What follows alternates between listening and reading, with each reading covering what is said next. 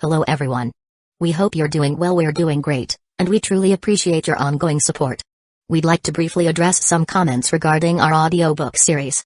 Rest assured, progress is ongoing. That said, your feedback is vital. If there's a novel you particularly enjoy and want to hear more of, please let us know in the comments. Each chapter requires a financial investment, so we can only continue series that receive strong audience interest. Although we retain core names and plot lines, we make significant editorial changes to enhance clarity, pacing, and immersion. These are not simple recitations. We work hard to deliver a polished, thoughtful listening experience. Without sufficient feedback or engagement, we may need to discontinue a series. So if you're enjoying something, don't stay silent. Your input truly matters. Note, our default audio speed is 3x.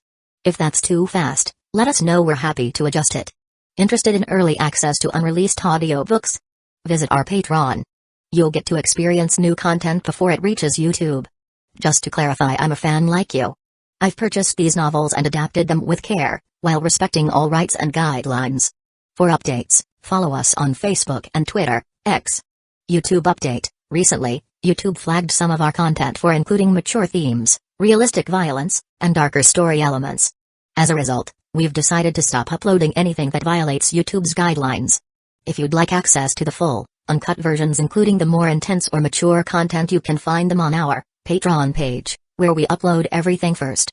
Available now on Patreon: Shattered Innocence transmigrated into a novel as an extra. Transmigrating over 10,000 years late, I was forced to become a mighty presence. I, the celestial dragon, rule the heavens through the double gate, reigning supreme in countless worlds with peace taming, Tower of God sequence strength, cultivation when you take things to the extreme. Naruto is an Uchiha with cyst. WTF, the centuries-old ancestor in our family take concubine again.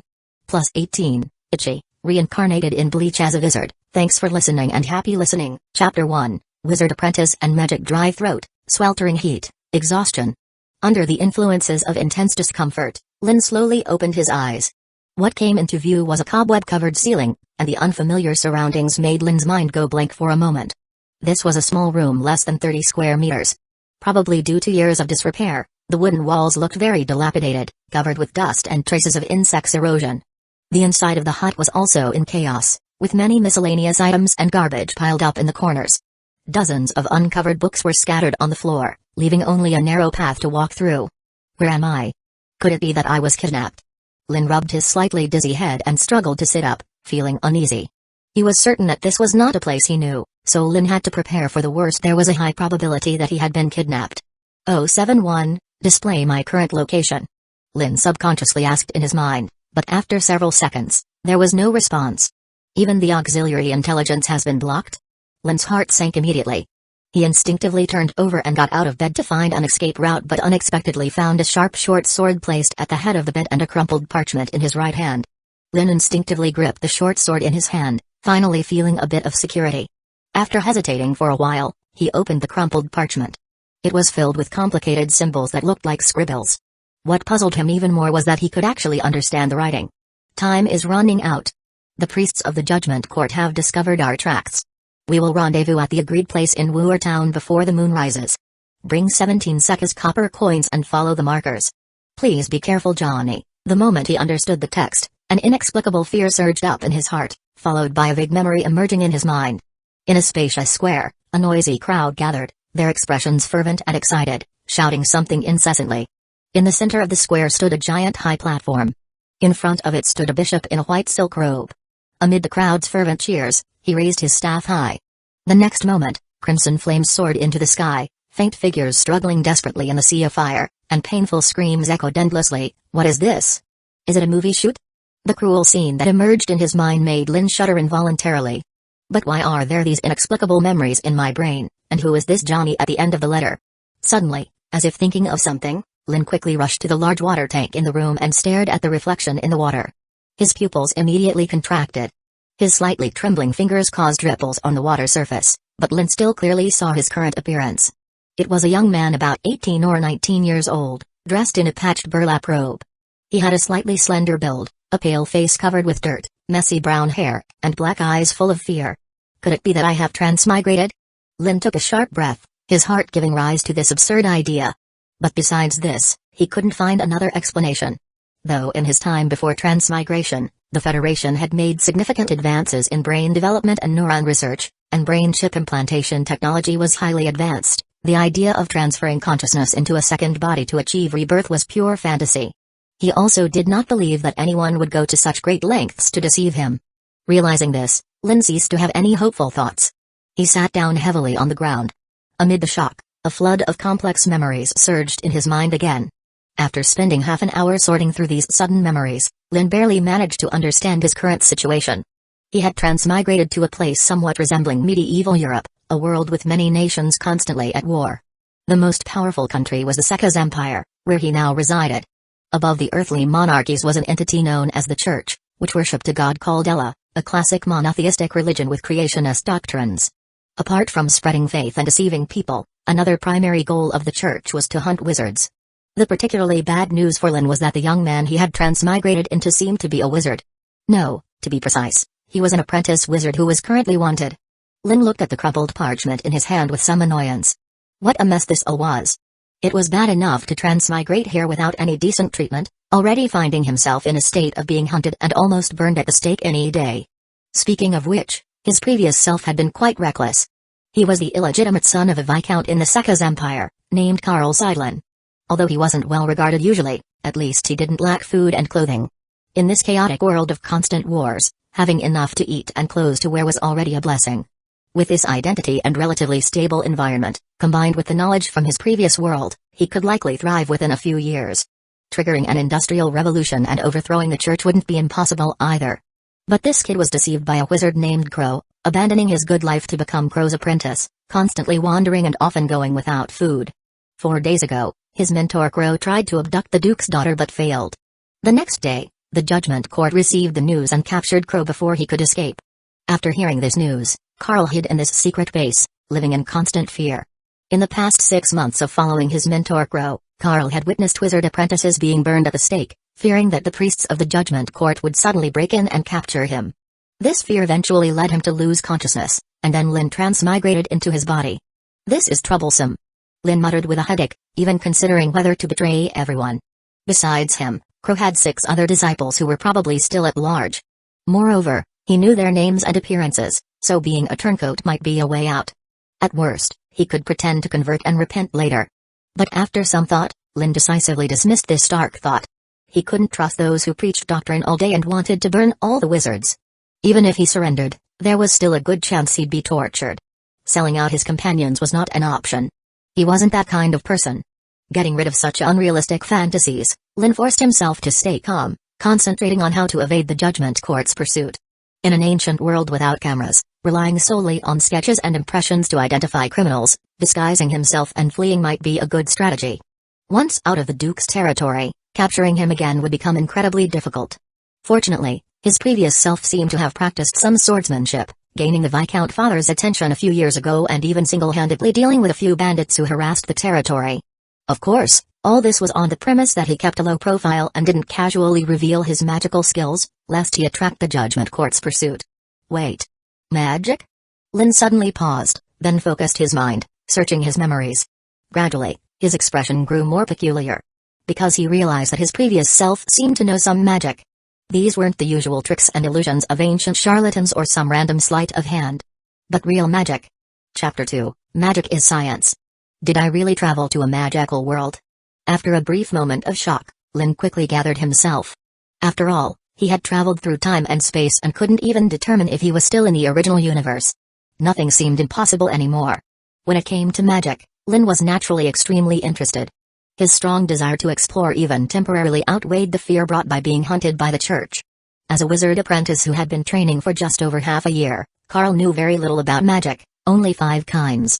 Among them, the basic material decompilation skill, condensing water technique, and Mage's hand were the most fundamental zero-circle spells. Although important, they had no offensive capabilities. The higher level 1 circle spell, fireball technique, required the use of corresponding magical materials. As for the other 1 circle spell, Frostblade, Karl hadn't managed to master it yet. Lin reached down and fumbled with the pouch hanging at his waist, taking out all of his limited assets one by one. 2 red fire stones, 3 cast silver coins, more than 10 copper coins, 7 drafts with complex magical formulas drawn on them, a yellowed elemental analysis book, and a small bag of gray powder, the casting material for fireball technique, red fire embers. Lin picked up a small pinch of the fine powder, feeling a surge of excitement. Carl's memories contain the complete casting steps for fireball technique. First, use the basic material decompilation skill to analyze the casting materials. Then, use Mage's hand to make the red fire embers vibrate at a specific frequency to trigger the magic. The entire process sounded cumbersome, but the most time-consuming part of analyzing the casting materials could be done in advance. Once skilled enough, the fireball technique could be triggered in just 1 second. Lin was eager to experience the supernatural power, but he ultimately held back. This small pinch of red fire embers, worth 5 cast silver coins, was only enough to cast the fireball technique 3 times. It couldn't be wasted carelessly.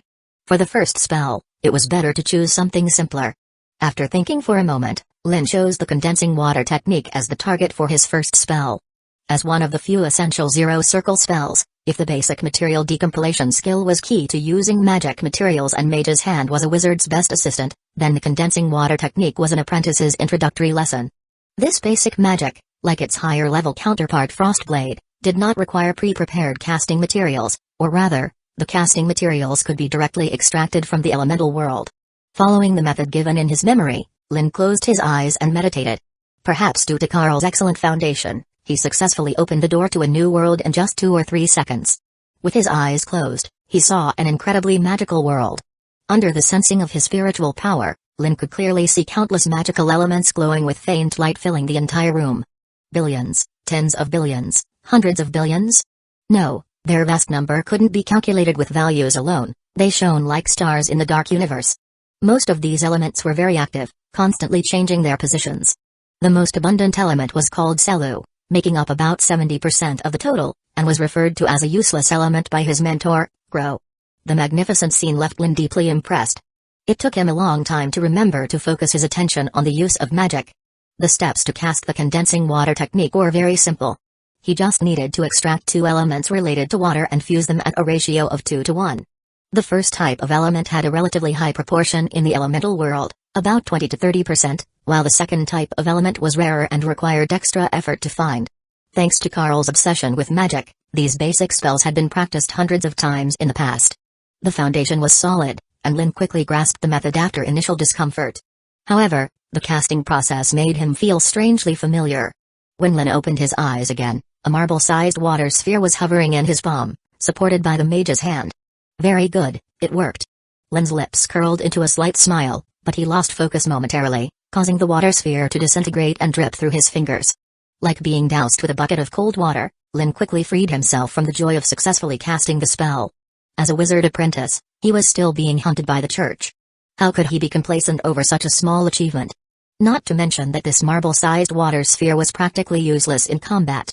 It was barely enough to quench an enemy's thirst. However, he had seen his mentor Gro use the condensing water technique as a precursor to cast the 2-circle spell group, Cold Ice Blade, in battle. Dozens of fist-sized water spheres instantly condensed, then transformed into solid rhomboid ice blades that shot like locusts towards the attacking bandits. In just 1 strike, the attacking enemies were completely defeated. Thinking of this, Lin planned to sense the elemental world and try again. Perhaps due to the fusion of memories after the time travel, Lin's spiritual power was much more abundant than Carl's, and he could also mobilize more magic power. Using the condensing water technique just now had caused him negligible loss. He had a premonition that he could achieve more. Lin closed his eyes and quickly entered the elemental world again. This time, he didn't rush to cast the condensing water technique. Instead, he tried to use his spiritual power to influence every kind of element he could find around him. Chapter 2, Magic is Science. The appearance of these elements was diverse, vaguely giving Lin a familiar feeling. Some were incredibly heavy, and merely moving them slightly made him feel mentally exhausted. Completely immersed, Lin suddenly noticed a strange phenomenon. The elements floating in front of him were being absorbed into his body at a peculiar frequency, only to be expelled again, repeatedly circulating. So, a wizard's body frequently needed to absorb these magical elements? This question suddenly appeared in Lin's mind. Upon closer examination, he made a startling discovery because this phenomenon was clearly caused by his breathing. Wait. Isn't this just oxygen? Lin was momentarily stunned, gasping. In his eyes, the high and mysterious image of magical elements instantly collapsed. Previously, He hadn't recognized them immediately because he wasn't directly seeing these elements. Instead, he was using a mystical method to perceive them through spiritual power and then influencing them with magic power. Moreover, the proportion of chemical elements in this world's air was slightly different from his previous life, so Lin hadn't initially thought in this direction. But with his theory, the previous process of capturing elements to create water also had a new explanation. What is water? It is an inorganic substance composed of hydrogen and oxygen. So, was he not performing magic just now but conducting a chemical experiment? Was a wizard essentially a group of chemists? This conclusion made Lin pause, but he quickly shook his head.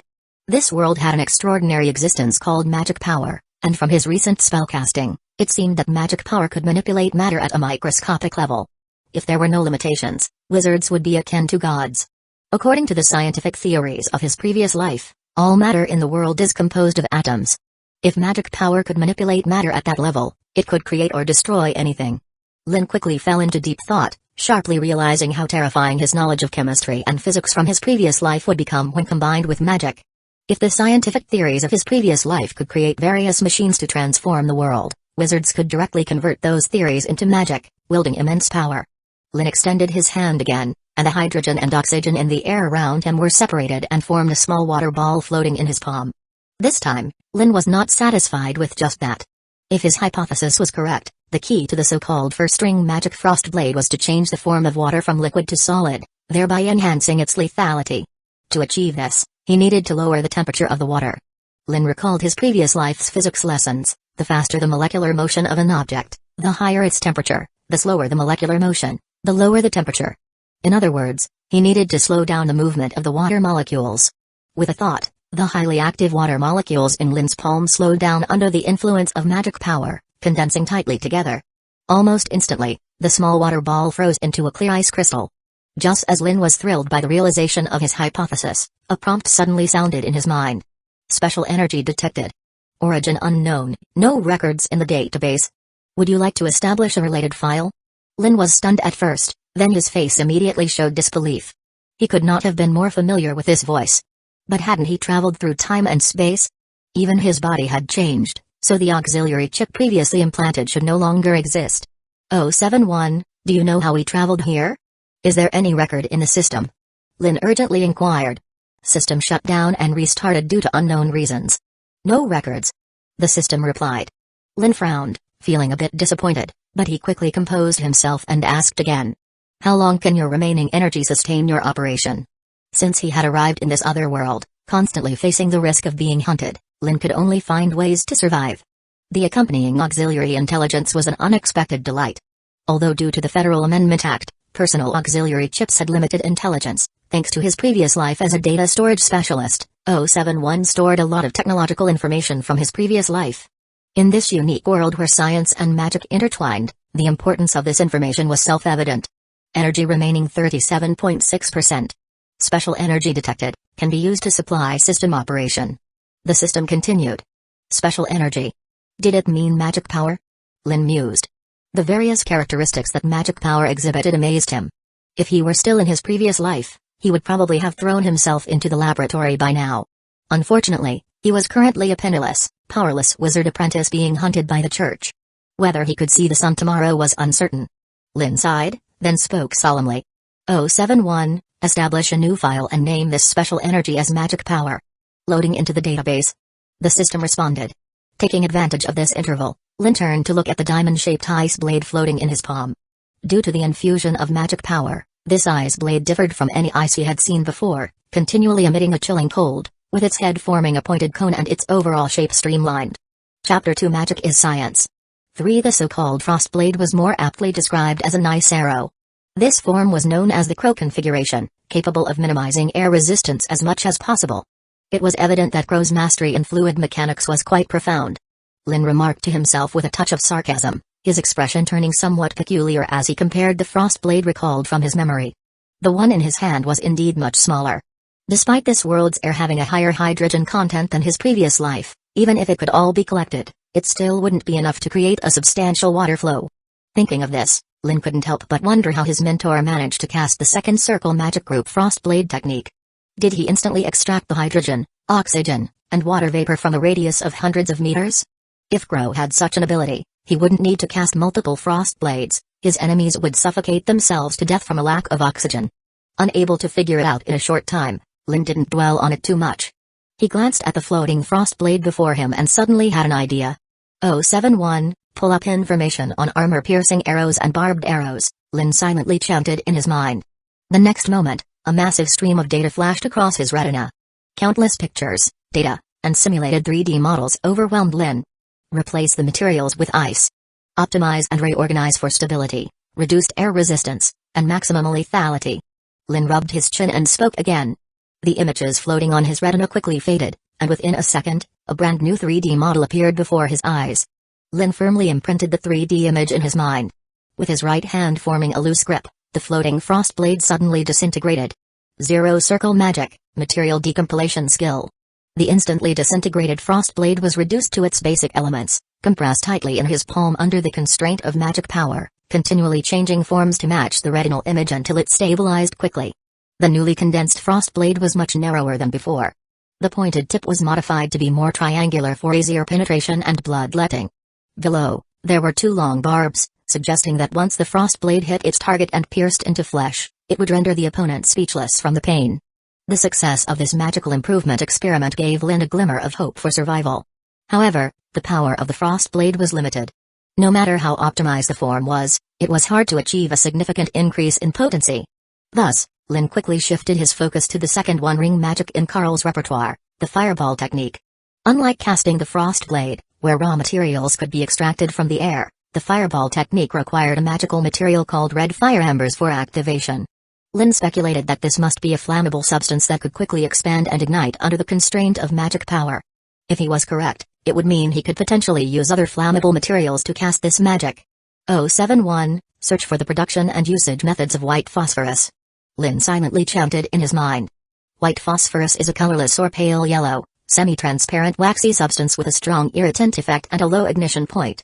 Once in contact with oxygen, it burns intensely, reaching temperatures above 1000 degrees Celsius. Even more frightening is that white phosphorus fire is hard to extinguish and has strong adhesion. Once it comes into contact with the human body, it rapidly burns through the skin and muscle down to the bone, with its combustion gases being highly toxic. In his previous life, Lin had seen the sight of the Federation launching a new type of white phosphorus bomb as a data storage clerk. It was a horrific scene that would be etched in his memory forever. The moment the missile exploded in the air, a rain of fire spread across the sky, igniting an inextinguishable sea of flames within a range of several kilometers. The scorching high temperatures, unquenchable nature, and horrifying toxicity meant that even those hiding in bunkers could hardly escape death. Because white phosphorus bombs were so terrifying, they were classified as anti-human weapons and banned as early as the last century. The Federation could only secretly research them in private. However, the process of making white phosphorus was not actually complex. The auxiliary smart brain had detailed records. As long as he found the materials, even without instruments, he had a way to produce it. As Lin was mulling this over, a dull thudding sound suddenly came from the door behind him. Lin's expression changed dramatically. He was currently hiding in the slums of Nordland territory. Under normal circumstances, no one would disturb him. Unless the Judgment Court's witch hunters had arrived. Chapter 3, Witch Hunter Blaine Evening, Seka's Empire. Outside the slums of Nordland territory, two unexpected guests arrived. The man leading the way was around 30, dressed in tight leather armor with a long knife hanging from his waist. His dark golden hair trailed behind him, making him stand out against the decaying and filthy slum. Naturally, he immediately attracted countless malicious gazes. Starving rioters and thieves lurked in the shadows, their sharp, knife-like stares sweeping over the two men. But as soon as they saw the holy light seal on the two men's clothes, those prying eyes instantly withdrew. In the Seka's empire, there might be some who didn't recognize the empire's flag, but no one would fail to know the holy light seal. It was the emblem of the divine messenger. Except for the clergy wearing temple robes, the only ones with the holy light seal on their clothes were the witch hunters. Rumor had it that each witch hunter was blessed by the gods and possessed skills far beyond those of ordinary people. No one would dare provoke such targets. Noticing the figures in the shadows disappearing, André sneered, though the faint stench from the dilapidated streets soon made him wrinkle his nose. As expected, Bishop Luoke was right. These wizards are like rats, liking to hide in such dark and smelly corners. André looked at the stains and excrement lingering in the dark corners of the street, covering his nose distastefully as he complained. We should be more cautious, André. This time we are dealing with no ordinary characters. The man leading the way was somewhat dissatisfied with Andre's flamboyant behavior and couldn't help but remind him. A few days ago, a major event occurred in the Duke of Nordland's territory. A wizard named Crow tried to seduce the Duke's second daughter. Fortunately, the guards discovered it in time, preventing the young daughter of the Duke of Nordland from being beguiled by the devil. The brutal scenes of that encirclement battle were still vivid. To capture this audacious wizard, the Duke of Nordland dispatched as many as 2 squadrons of guards to pursue him. Even so, the losses were significant. If it hadn't been for the timely arrival of the bishop from the church, the Duke of Nordland would have lost face completely. And their target this time was the wizard's apprentice, who was also a wizard. "Don't worry, Blaine," Andre sneered. "This time we're dealing with just an apprentice who has only been exposed to magic for a few months. These people usually know only a trick or two. Trust me, a farmer with a hoe is harder to deal with." He had participated in several witch hunting missions during the past 6 months since joining the witch hunting team. Initially, Andre might have been afraid of the wizards, who were said to be inspired by the devil, but after direct encounters, he realized they were not as terrifying as he imagined. Most posed no significant threat, their magic was limited in power and sometimes less reliable than bows and swords. As for those apprentices with little skill, they were nothing but worthless. Once distracted, they couldn't cast magic in battle and were only waiting to be slaughtered. The most satisfying part for Andre was the high bounty for capturing these wizards. The Duke of Nordland was especially generous, offering 6 whole Sakas gold coins for capturing an apprentice, enough for a lavish period of spending. Of course, if killed, it was worth only half the price. Blaine glanced at Andre without rebutting, but he didn't lower his guard. In his experience, those witch hunters who overly trusted intelligence often didn't live long. The slums outside Nordland territory were not large, with few people flowing through. Using their witch hunter identity, Andre was able to confirm the hiding place of their target with a bit of intimidation from a vagrant. It was a structure hard to describe as a house, with a red brick wall full of green vines and a door that looked ready to collapse at a gentle push. The target they sought was right in front of them, but neither of them moved immediately. Andre glanced at his partner, cursing silently. He then stepped forward and pressed his palm against the door. His calloused fingers strained to pull the bolt, but the door remained immobile, clearly blocked by something from behind. Angrily, Andre kicked the door with force. The loud crash resonated, and the door broke open, revealing the interior of the hut. The narrow room was a mess, with trash piled in the corners. On a side table, a candle was lit. It swayed briefly from the force of the door burst and then went out. The originally well-lit room became very dim, with only some faint light coming in through the open window, barely illuminating the tattered blanket dragged from the bed to the window. Blaine, who followed inside, quickly had his eyes drawn to the piece of paper on the floor. Andre also noticed it, bent down, and picked up the crumpled paper. His face turned grim after reading its contents. "Damn it, looks like we came too late. The kid has gone to join the other apprentices." Andre cursed angrily, piecing together events from the room's condition. Their target, the wizard apprentice, had received a warning before their arrival and fled prematurely, leaving everything behind. But from the still warm candle and the warmth remaining on the bed, the target shouldn't have gone far. With that in mind, Andre grew impatient, ready to move. After all, this was about 6 Seka's gold coins. There was no way he would let the target escape. If the target joined other apprentices, capturing him would become even harder. More importantly, Andre worried some other bounty hunters might get him first. Wait. Just as Andre hastily tried to climb out the window, Blaine stopped him, pointing to the side table with a look of annoyance on Andre's face. Andre turned his head to look. Besides the extinguished candle, there were several copper coins and papers with strange symbols and patterns scattered on the table. After a brief thought, Andre quickly understood his partner's meaning. If the wizard apprentice had received a warning and left, he wouldn't have left behind easy-to-carry coins, let alone these valuable magic manuscripts. With his hunting experience, Andre knew most wizards would die to protect their so-called research notes. This meant the target was likely still hidden in the house. Andre sneered as the scattered blanket, open window, and fallen paper suggested the target had fled. It seemed the wizard apprentice had played a clever trick, trying to mislead them elsewhere, possibly into a trap. He almost got fooled. At this moment, Lin, hiding in the darkness, was sweating profusely. In this potentially fatal crisis, his senses became highly alert. Under the influence of his magic power, his senses radiated outward. He could even influence airflow to extinguish the candle and breathe soundlessly. Thanks to this, he was able to hide right under the witch hunters' noses. Blaine ignored Andre's awakening, scanning the room until his eyes landed on a dark red cabinet against the wall by the open window. The cabinet, shoulder high and covered in dust, was unremarkable in the drafty, run-down room, yet it was large enough to hide a curled-up adult man. Chapter 4 The Reckless Die From Recklessness. Blaine imagined it in his mind. If he were to search this cabinet unknowingly, the other party could easily launch a sudden attack using the cover of clothes. If unsuccessful, they could jump out the window to escape. This was undoubtedly the best hiding place in the entire room. Realizing this, Blaine didn't hesitate for a second and unsheathed his sword without warning. The soft hum of the sword blade sliding against the scabbard rang out in the room. In an instant, the silver-white blade pierced the wooden cabinet like a knife through butter.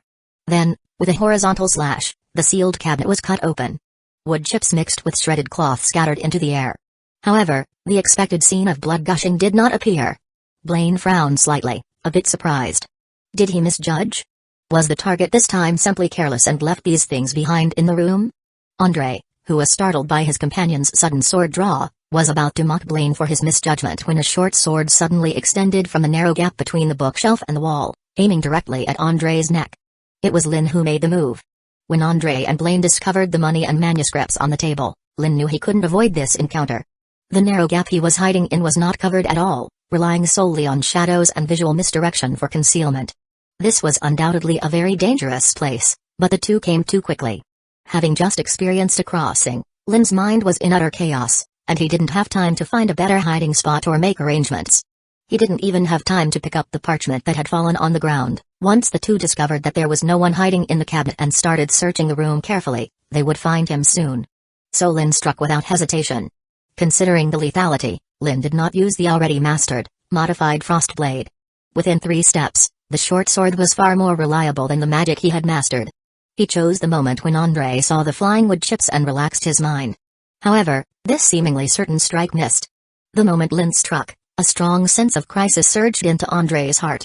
Before joining the witch hunt squad, Andre was a renowned mercenary, constantly walking the edges of life and death. This ingrained feeling was all too familiar to Andre.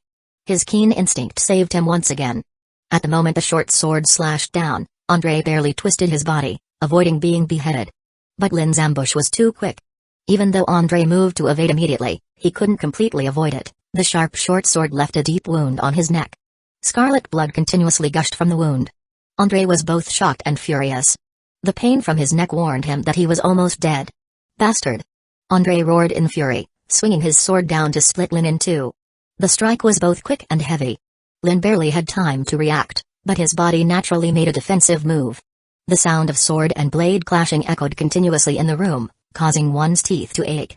Before this, Lin had never drawn a sword to attack someone before.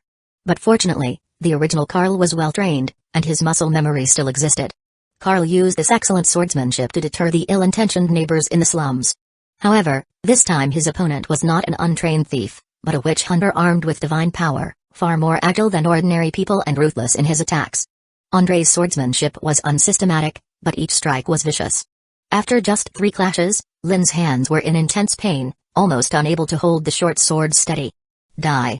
Andre roared, sweeping his long knife to knock the short sword aside, extending his left hand with thick knuckles to grip Lin's throat tightly. With his throat clutched, Lin's face turned red, and his consciousness quickly began to blur. Warning: target of the pact is under severe life threat.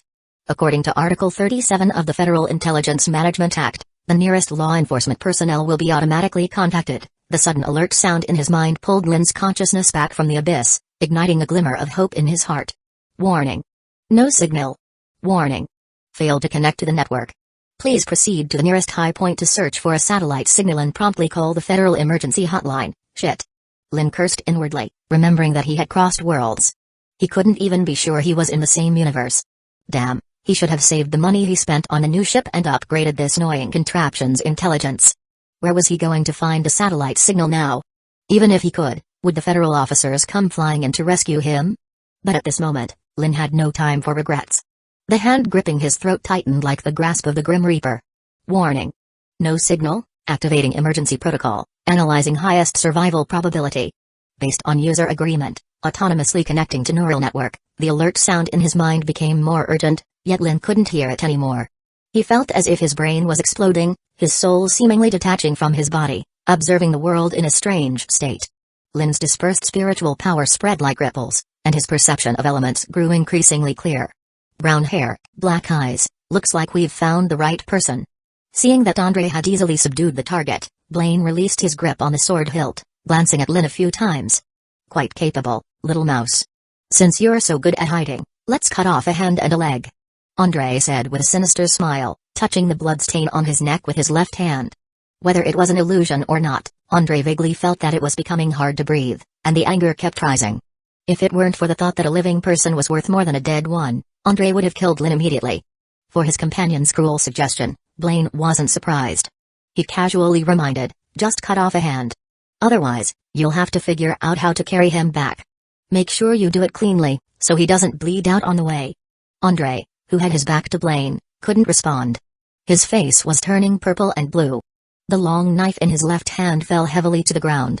His previously chaotic breathing became even more labored, and now he looked like a fish out of water, feeling as if his lungs would burst. 10 years ago, when he was swallowed by a massive whirlpool in the Mist Sea, Andre had experienced this suffocating, death-craving sensation. Breathing was a luxury. If it weren't for his good luck, he might have rested at the bottom of the sea. But now, he wasn't under the deep sea, and the attack just now didn't seem to have cut his trachea. Andre gasped for air, yet his condition did not improve at all. Instead, it worsened. His gray eyes bulged in their sockets. What kind of witchcraft is this? Andre immediately understood that the wizard apprentice in front of him was up to something, but the severe suffocating reaction made him miss the chance to retaliate. The grip on Lin's neck became weaker. At the same time, Lin, with his head lowered, suddenly moved. His tightly shut eyes snapped open, and at that moment, all the oxygen around him was drained away. A short sword shot upward, stabbing directly into Andre's throat. Chapter 5 Lin, since I don't need to inhale oxygen, how about nobody inhales it? A few breaths ago, with his neck being pinched, Lin entered an extremely peculiar state. All the pain seemed to be swiftly fading away, and in its place, his brain's thinking activity was increasing several times over. For a moment, Lin couldn't help but wonder if he had already passed to the afterworld. However, he hadn't. He could still clearly perceive the blood and oxygen flowing to his brain being forcibly cut off, his body gradually losing vitality. It wouldn't be long before he truly died. Faced with such a perilous situation, Lin unexpectedly felt no sense of panic. In the situation where someone's choking you, causing oxygen deprivation, how do you counterattack? Of course, it's an eye for an eye, a tooth for a tooth. If I don't need to breathe, then nobody should. Lin sensed the vast sea of elements in the void. With a thought, he used his spiritual power as a net to sweep out the active oxygen molecules, instantly extracting them. What happens when a person continues breathing in a low oxygen environment? Andre was the perfect example. A large amount of ineffective gas flowed into his lungs, his blood pressure rapidly increased, and within a few breaths, the symptoms of oxygen deprivation appeared. Lin keenly noticed the hand gripping his neck weakening. Now is the time. Lin suddenly opened his eyes, and based on his earlier memories, the positions and reactions of everyone in the room transformed into data flooding into his mind. Lin could even perform a detailed force analysis of his neck based on the angle Andre raised his arm. Countless complex data were sorted out in an instant, and Lin constructed a 3D scene in his mind that was 100% restored, deducing the optimal sword strike plan. Raise your hand and stab straight, 47 degrees angle. Lin's arm lifted and simultaneously thrust out the short sword. The hulking man before him, under the intense reaction of oxygen deprivation, completely lost his ability to resist, only able to helplessly watch as the sword tip penetrated his neck. The fragile neck was clearly unable to block the sharp short sword, and crimson blood spurted like a fountain, splattering all over Lin's clothes and face. Andre's eyes widened, his mouth involuntarily opening and closing, hands desperately gripping the gaping wound in his neck that kept bleeding, falling to the ground full of fear and unwillingness. Without hesitation, Lin kicked Andre's body the moment he broke free from the hold, sending the corpse flying toward the stunned Blaine while he himself used the rebound force to escape the low oxygen zone. Blaine never expected the situation on the scene to suddenly reverse. A look of astonishment immediately appeared on his face, his reaction slowed a beat, instinctively catching Andre's corpse. Upon seeing the other's death state clearly, his pupils involuntarily shrunk, a chill rising from the soles of his feet to his heart. The cyanotic face, blackened lips, and dilated pupils all proved that Andre had suddenly choked, leading to his unguarded neck being pierced. How was this possible? Blaine was utterly terrified. Earlier, it was clearly Andre who was choking Lin's neck, yet he inexplicably fell into asphyxiation. Could it be some strange spell that harms both friend and foe? Breathing rhythmically and regaining strength in his limbs rapidly, Lin's brain throbbed slightly from being choked for a full minute and forcefully manipulating a large amount of oxygen elements. Although he had luckily killed one of them using the principle of asphyxiation, Lin dared not relax even a bit. The brief exchange just now made him understand the gap between them. According to his memory, these witch hunters were skilled elites. Original Lin's swordsmanship was adequate for dealing with a few bandits, but when facing witch hunters dispatched by the church, it fell short. Countless thoughts flashed through Lin's mind, followed by a ringing prompt.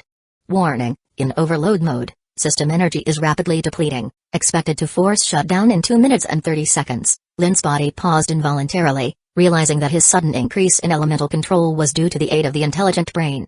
Then, let's try magic. Lin's gaze sharpened, tightly gripping the blood-stained short sword in his hand. His spiritual power once again spread through the air, frantically capturing hydrogen and oxygen elements. A mass of water appeared in the void, then quickly condensed and took shape. First circle magic, Frost Blade. The icy blade, exuding a chilling air, shot forth like an arrow. Blaine's expression hardened. He didn't choose to confront it head-on but slashed out diagonally with the sword in his hand, striking the side of the ice blade and knocking it off course. Yet, in that brief pause, the spell preparation was complete. Grey powder hovered in Lin's palm, then exploded into a blazing fireball. That was Lin's other first circle magic, fireball technique. The temperature in the room sharply rose. Though both were first circle magic, fireball technique was much more powerful compared to Frost Blade. The critical point was, in this cramped room, there was simply no way to dodge. Blaine smelled the scent of death, kicking a shattered cabinet towards the raging fireball, then flipping Andre's corpse over to use as a meat shield. The next moment, the fireball hit the shattered cabinet, explosively expanding, and the scorching flames instantly filled the entire room. Lin stared intently at the scattered debris ahead, breathing heavily. He had no exact concept of the power of first circle magic, but judging from the effect, it wouldn't be weaker than a grenade combined with an incendiary bomb. If taken head-on, even if not dead, one would be seriously injured. While pondering, a sharp long sword cut through the smoky haze, the blade reflecting the firelight, slicing straight towards Lin. The speed of this strike was astonishing. By the time Lin realized it, the sharp long sword was already close at hand. Fortunately, at this moment, thanks to the connection between the neural network and the intelligent brain, Lin's reaction speed had increased several times, and his body's coordination had also improved significantly. His right hand held the sword horizontally, his left hand supported his right wrist, his body slightly crouched, and the sword tip braced against the mottled wall beside him.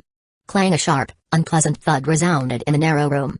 At the moment of contact, Lin only felt intense pain in his hand, the sword tip embedded deeply into the wall, and a fine crack appeared along the blade. So heavy. There was only this sensation in Lin's mind.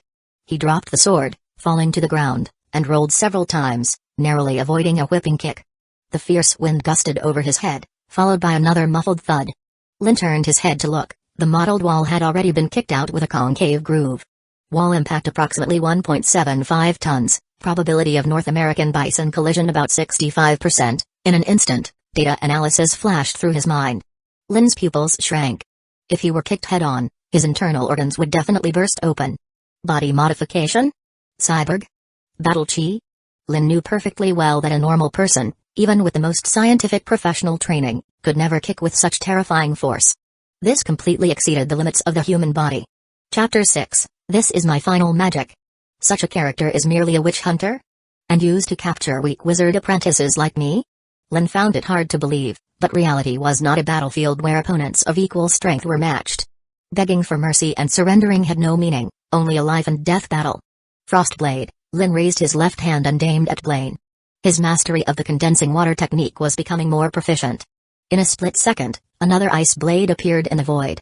However, the spiritual power that could touch the surroundings had already exhausted the scarce hydrogen atoms, making the ice blade unable to pose enough threat to the enemy. Lin was keenly aware of this but had no way to change it, and a strong desire surged in his heart. He needed more hydrogen and oxygen. The instant his thought emerged, Lin felt as if his brain had been struck heavily, like countless silver needles piercing through. Following that, the magic power in his body rapidly depleted, transforming into a large amount of hydrogen and oxygen elements. At the same time, a strange rune was deeply imprinted in his mind. One ring high-level spell, multiple frost blades. In a mere second, several sharp ice blades appeared in front of him, scattering like a rain of arrows. Lin's sudden outburst exceeded Blaine's expectations. In haste, the long sword turned from offense to defense. Although the reaction was extremely swift, one frost blade still bypassed the defense of the long sword and pierced his abdomen. Blaine immediately felt a bone-piercing cold. Crystals of ice began to rapidly spread from the wound on his abdomen. Being fully aware of the bizarre nature of the magic, Blaine did not dare to slack off. He grasped the ice blade with his right hand and forcefully pulled it out.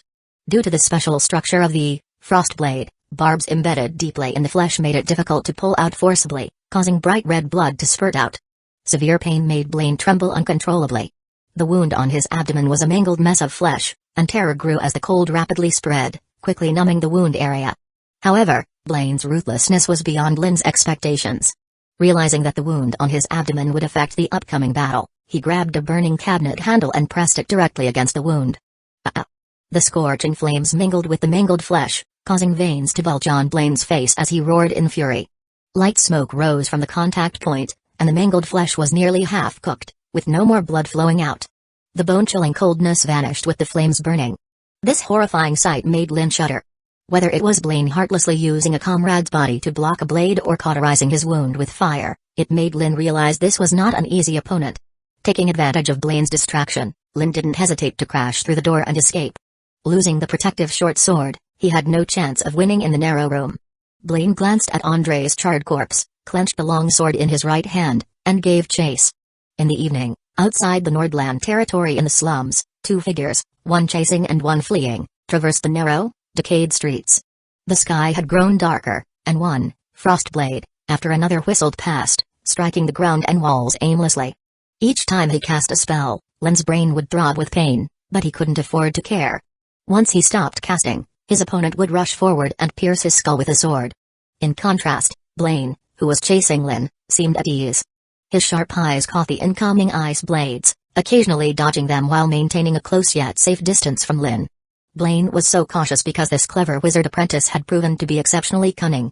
From the misleading notes in the room, the sudden ice blade and fireball technique injuring him, to the deceptive witchcraft that killed Andre, it had left a deep impression on him. Despite his opponent seeming exhausted, Blaine didn't dare act rashly. Like the most patient hunter, he meticulously drained Lin's energy, waiting for the moment his prey would collapse and die. As they continued their chase, the distance from the town grew, and a foul stench filled the air. Blaine then realized that Lin, in his desperation, had fled to the long-abandoned lower district. The entire Nordland territory sloped from north to south, with the main city built along the northern bank of the Yin River. Over a decade ago, the Duke of Nordland, returning from the Holy City, was displeased with the chaotic, foul-smelling state of the main city and ordered artisans to dig a small channel, directing all the city's waste downstream of the Yin River. This decision brought misery to the impoverished living in the lower district, who relied on the Yin River for water. But the Duke of Nordland cared little for the lives of these wretched souls, so the lower district slowly fell into disrepair, with only a few scavengers lingering in the area. Blaine couldn't help but worry about other wizard apprentices hiding there. As he resolved to end the fight quickly, Lin, who had been fleeing, suddenly stopped in a very tight alley. It should be concentrated enough. Lin confirmed one last time. The strange rune in his mind activated, summoning 7 frost blades that sparkled in the remaining light of the sunset. Forcing large amounts of magic power to convert into hydrogen and oxygen had severe side effects. Lin felt his brain was about to explode. The magic power was squeezed to its limit. This was his final spell. In the next moment, the ice blade split into 2 groups, shooting in unpredictable directions, blocking all of Blaine's evasion routes. Blaine's face grew somber, his eyes focused. Even he couldn't block such a quantity completely, but if he risked injury. Fortunately, the ice blade seemed to lack accuracy, most only brushing past, with only 3 aimed at him. A fight to the death? Blaine's face showed a sneer. During the chase, he noticed Lin's spell casting wasn't truly out of thin air, at least, it had a significant mental toll. Clearly, the opponent was nearing his limit. Blaine's lips curled slightly. His long sword slashed precisely at the approaching frost blades, failing to notice a red sphere mixed among them. Clang, the sword's edge struck the sphere, creating dazzling sparks. The odd impact made Blaine pause, realizing he had struck a firestone. Chapter 7, I will reveal the truth of this world to you.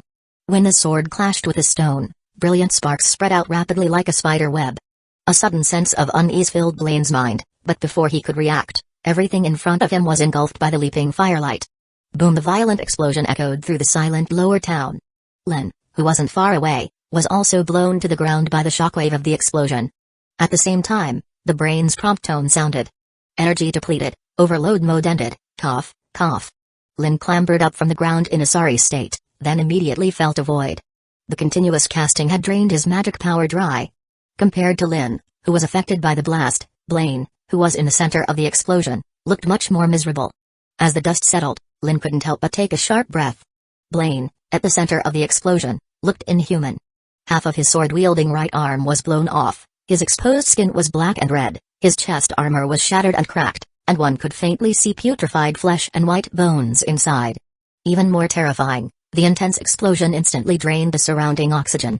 Blaine's shrill screams lasted only a few seconds before abruptly stopping. Lin couldn't help but feel a pang of fear. He had heard of the power of methane explosions on TV news, but it was the first time he saw it firsthand, especially since this time, he had created it himself. If Blaine hadn't been too far away, and the trajectory of the fireball technique easy to predict and avoid, he wouldn't have taken the risky approach, using the principle of a methane explosion to lure and kill his opponent. It was thanks to the wondrous magic power that allowed him to manipulate the flow of air to some extent. Plus, the lower town wasn't lacking in materials, so reaching a concentration sufficient to cause an explosion wasn't an easy feat. Lin picked up the long sword that had fallen to the ground and cautiously approached to check Blaine's condition. Despite such severe injuries, Blaine hadn't instantly died. The two eyeballs that were barely attached to their sockets stared at him, his mouth making a clucking sound, indicating that his vocal cords had also been damaged. "Let me send you off." "No need to thank me," Lin said coldly. He couldn't help but hate Blaine for barging into the house and forcing him into a desperate situation, but he had no intention of torturing him. In this state, he probably couldn't extract any information anyway. So death was the best end for him. Lin raised a long sword and precisely thrust it into Blaine's heart, watching as the latter's body trembled violently before once again falling silent.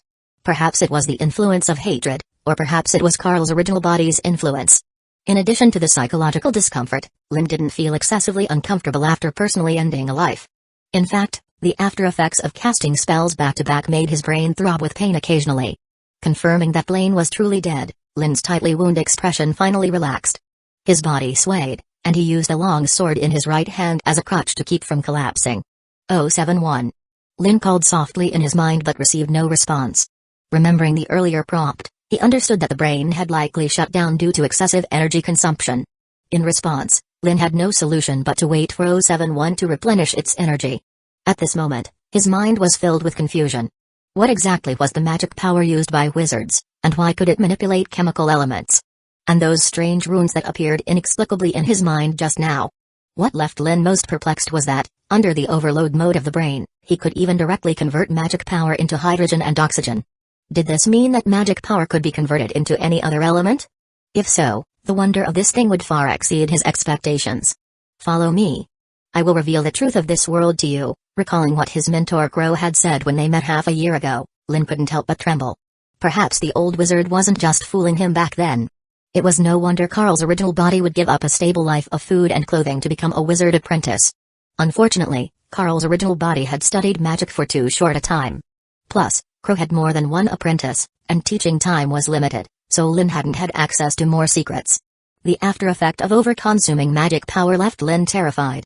During the last spell cast, he almost thought his brain was going to explode, and his body felt as weak as if he had just suffered a severe illness, urgently wanting to lie down and sleep. But Lin knew this wasn't the time to rest. Though he had dealt with two enemies, the commotion from the battle in the slums would likely be reported to the local tribunal soon, which would surely send more people to capture him. The immediate priority was to quickly find a place to hide and figure out a way to contact a wizard. Lin glanced down at Blaine's corpse, prodded it with the sword, and cut open the damaged pouch at his waist, causing a small pile of coins to spill out. A Seer's gold coin, 7 silver coins, and more than a dozen copper coins. Seeing that these well-crafted coins had not been damaged by the explosion, Lin's mood improved slightly. As a noble's illegitimate child, Carl's original body had never been wealthy. After running away from home for more than 3 months, occasionally funding his mentor's research, he could barely afford to eat. With this windfall, he wouldn't have to risk returning to that dilapidated house, which was likely a dead end now. Lin bent down to gather the coins and unexpectedly found a piece of parchment that had fallen out alongside them. Underneath the scorching heat, most of the writing was completely unreadable, leaving only faint characters like, Wooer Town, Moonlit Day, Johnny, and 17 copper coins. Wooer Town? Lin muttered to himself, and out of caution, he didn't destroy it on the spot but instead kept the burned parchment. He needed someone who could answer his questions. Heading to Wooer Town to find other apprentices might be a good choice. At least it would be more reliable than him searching alone for those hidden wizards. As Lin pondered, He grabbed Blaine's ankle and dragged the body toward the foul-smelling Seep River not far away. In this medieval world of magic and divine arts, even the dead couldn't be trusted. If the church of this world possessed the resurrection technique, his information could be leaked. The safest method was to dispose of the body entirely. Chapter 8 This is blasphemy against God. Bishop Hueco, it's here. I saw that wizard and the witch hunter lord come out of the house from afar and fought all the way to here. A quarter of an hour later, in the lower city, a ragged scavenger, covered in filth, hunched over as he looked at the priests of the church before him, carefully recounting everything he had seen. Hueco remained silent, examining the scorch marks on the ground. The fresh blood had turned dark red under the heat, and the upturned soil mixed with shattered flesh attested to the ferocity of the battle. The severe destruction was likely caused by the second circle spell, Flame Burst skill. Where's the body? Hueco suddenly questioned. There were clear signs of a fight, but Blaine's body was nowhere to be found. The scavenger swallowed hard and began to speak with difficulty. After the witch hunter lord died, that wizard threw him into the Yin River. This is blasphemy. Before Hueco could respond, a middle-aged priest behind him burst out angrily. Over the years, thanks to the wise measures of the Duke of Nordland, the entire downstream of the Yin River had truly become a place of filth. Blaine's identity was not just a simple witch hunter, he was also a member of the church's Divine Punishment Army, and he had even taken the Divine Grace Elixir, becoming God's emissary on Earth. His frequent participation in witch-hunting operations was merely to pad his resume. But that wizard, corrupted by a demon, had ruthlessly killed him and thrown his body into the polluted Yin River, undoubtedly a direct challenge to the authority of the church. The scavenger's body trembled slightly, lowering his head in fear.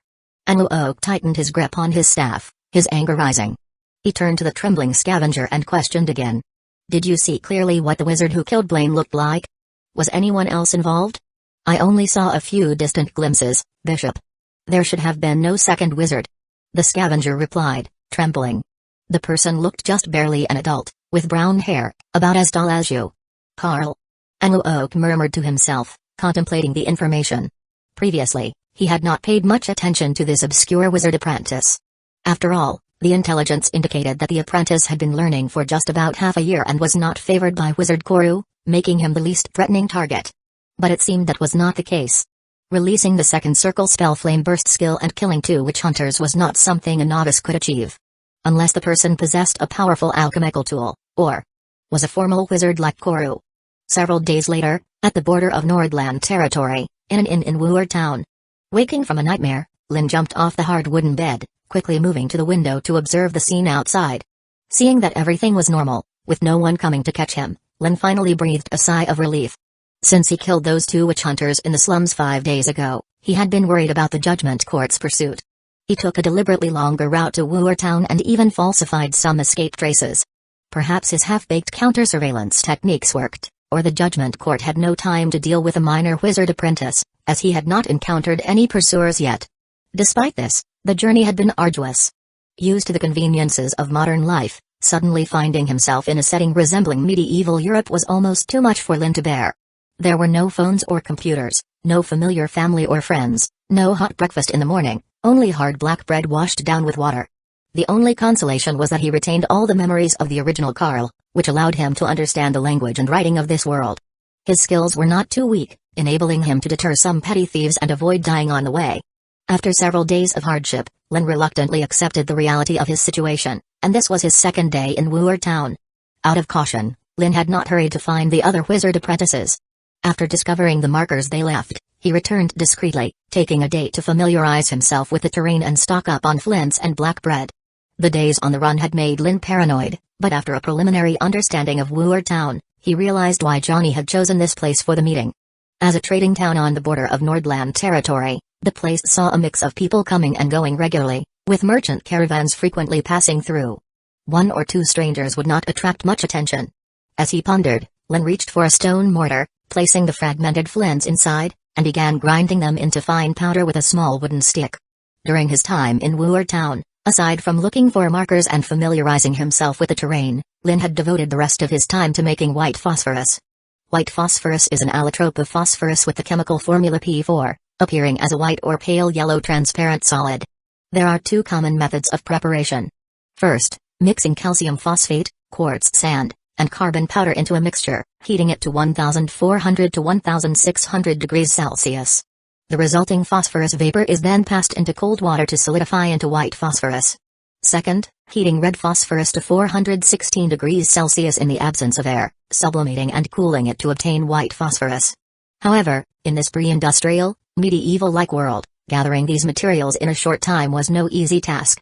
071 had shown him some ancient and convenient methods of extracting materials, but Lin preferred not to use them unless absolutely necessary.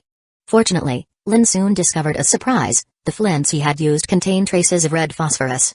Given red phosphorus's role as an effective flame retardant, its use in making matches in the last century to improve safety was not surprising. It seemed the natives of this world had already discovered phosphorus, albeit at a primitive level of application. As he ground the flint with a stick, removing the impurities, he was left with clumps of red powder. He lacked professional equipment, but his magic was far more useful than any scientific apparatus. Mage's hand. With a thought, the fine red phosphorus seemed to be summoned, floating up, and under the effect of the initial material decompilation skill, breaking down into basic molecular states. Chapter 9 White Phosphorus Fire and Spell Slots. Lin focused intently, simultaneously expelling the air around the red phosphorus as much as possible while using the principle of accelerating molecular movement to raise the temperature.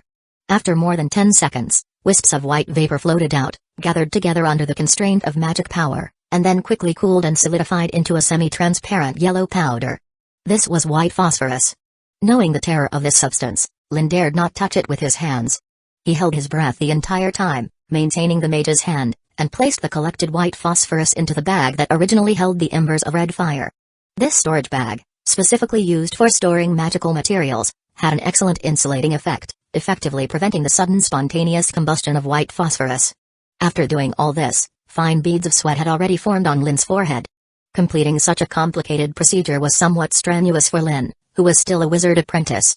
If not for the spirit fusion during the transmigration that had greatly enhanced his control over magic power, this attempt would likely have ended in failure. Luckily, everything went as he had anticipated. Placing the storage bag properly, Lin recalled the terrifying scene of the blazing fire of white phosphorus burning the ground in his memory, involuntarily shivering. Just hope there's no need to use it. Growing up in an era of peace, Lin still held deep reverence for life. However, he also knew that in this other world where human lives were as cheap as grass, in order to protect himself, he could only let others die while he remained alive. 071. After everything was done, Lin silently called out in his mind. Since the intelligent brain was forcibly shut down 5 days ago, this had become his daily routine. Obviously, there was no response this time either. If not for the magic power in his body slowly diminishing to supply energy to the intelligent brain, Lin would have suspected that 071 had vanished completely. The intelligent brain was his important reliance for survival in this strange world. Just by connecting to the neural network to greatly enhance his thinking capacity, it was enough to get him out of many crises. Not to mention that in that special state, he could convert magic power into elements and cast spells without preparing materials in advance. Recalling the scene of his mentor Crow casting the second circle spell group Frostblades, Lin vaguely guessed that the ability to convert magic power into elements might be the key distinction between a wizard apprentice and a formal wizard. He was quite sure that Carl, as an apprentice, absolutely couldn't achieve this. There was no related memory in his mind. It was likely after the transmigration and the spirit fusion, plus the assistance of the intelligent brain, that briefly broke through this barrier. Lin pondered as he entered meditation, and the magical world of elements reappeared before his eyes. However, at this moment, Lin's attention was already focused on the strange rune suspended in his sea of consciousness. The interior of the strange rune consisted of countless tiny dots and lines arranged in a very special manner, looking intricate and full of beauty. Testingly, Lin touched it with his spiritual power, and the rune instantly lit up. Immediately, Lin sensed a tenth of his magic power diminish at that moment. When he opened his eyes, a diamond-shaped frost blade hovered in his palm. This is somewhat like spell slots? Rubbing his chin, Lin quickly recalled the spell slots mentioned in the book Elemental Analysis. It was also a capability of formal wizards, significantly enhancing their casting speed. In general, the process of constructing spell slots was a bit like programming work in the past, setting various parameters in advance and then pressing the confirm button when needed to immediately output the result. Thus, the arrangement of this rune probably indicated 1 part oxygen plus 2 parts hydrogen plus reducing the molecular motion speed plus special configuration equals frost blade. One had to admit, it was very scientific. Lin tried several other spells with interest, but unexpectedly, no new spell slots formed. After some thought, Lin quickly guessed the reason. To construct the corresponding spell slots, One probably needed to perform a complete casting of a first circle spell without the aid of casting materials. With this in mind, Lin could only temporarily abandon the plan to further solidify spell slots. Without the support of the intelligent brain, there was still a considerable gap between him and a formal wizard. Lin looked up at the sky outside, thinking it was about time to meet those wizard apprentices. Today was Monday, the last agreed-upon day. The Drunkard Tavern was located in the most bustling area of Wu'er Town. If it weren't for following the secret marks all the way here, Lin could not have imagined that Johnny would choose this place for the meeting. And 17 coppers was precisely the price of a cup of ancient rum. Was this a case of hiding in plain sight? Lin muttered to himself, but as soon as he pushed open the door, he couldn't help but wrinkle his nose. As a gathering place for the lower class, the interior of the Drunkard Tavern was bustling. The rising fireplace drove away the night chill, and the space, no more than 100 square meters, was packed to the brim. The wooden floor was stained with liquor and vomit, and a strong stench almost knocked Lin out. At the long table near the entrance of the tavern, a drunken halfling immediately spotted the entering Lin. Seeing the young face and noting that he was a stranger, the halfling maliciously shouted out, "Hey, kid, why don't you come over and have a drink?" Lin turned his head, scrutinizing the drunken halfling with a probing gaze. Halflings were unique to this continent. They were not called this because they had only half a body but due to their small stature, roughly half the height of an adult, resembling dwarves. However, these beings were not the result of genetic defects but an entirely different race. Halflings were strong, with muscle seemingly gifted by nature, much like the dwarfs in Western fantasy works of his past life. One could only wonder what the halflings' physical structure and genetic composition were like and how they differed from humans. As a data archivist by nature, Lin's curiosity surged. Under Lin's scrutinizing gaze, the drunken halfling shivered involuntarily, feeling a chill run from his feet to his heart. 5 years ago, in the Nordland territory, he had once met the infamous skull-cutter Luke. That was a vicious thug who delighted in dismembering people. Lin's gaze was eerily similar to Luke's back then, as if the halfling were merely a corpse waiting to be dissected. Chapter 10, Carl, why did you betray us? Gaga. Suddenly, the crisp call of a crow interrupted the staring contest between the two. Lin regretfully drew his gaze back and looked in the direction of the sound. There was a small gray crow perched on the counter, staring intently at him. The owner of the Drunkard Tavern was a shrewd and businesslike merchant from Gretown. He paused his glass wiping for a moment upon hearing the crow's call, then grinned, exposing a mouthful of yellow teeth, and greeted warmly. What a rare new face. Welcome to the Drunkard Tavern.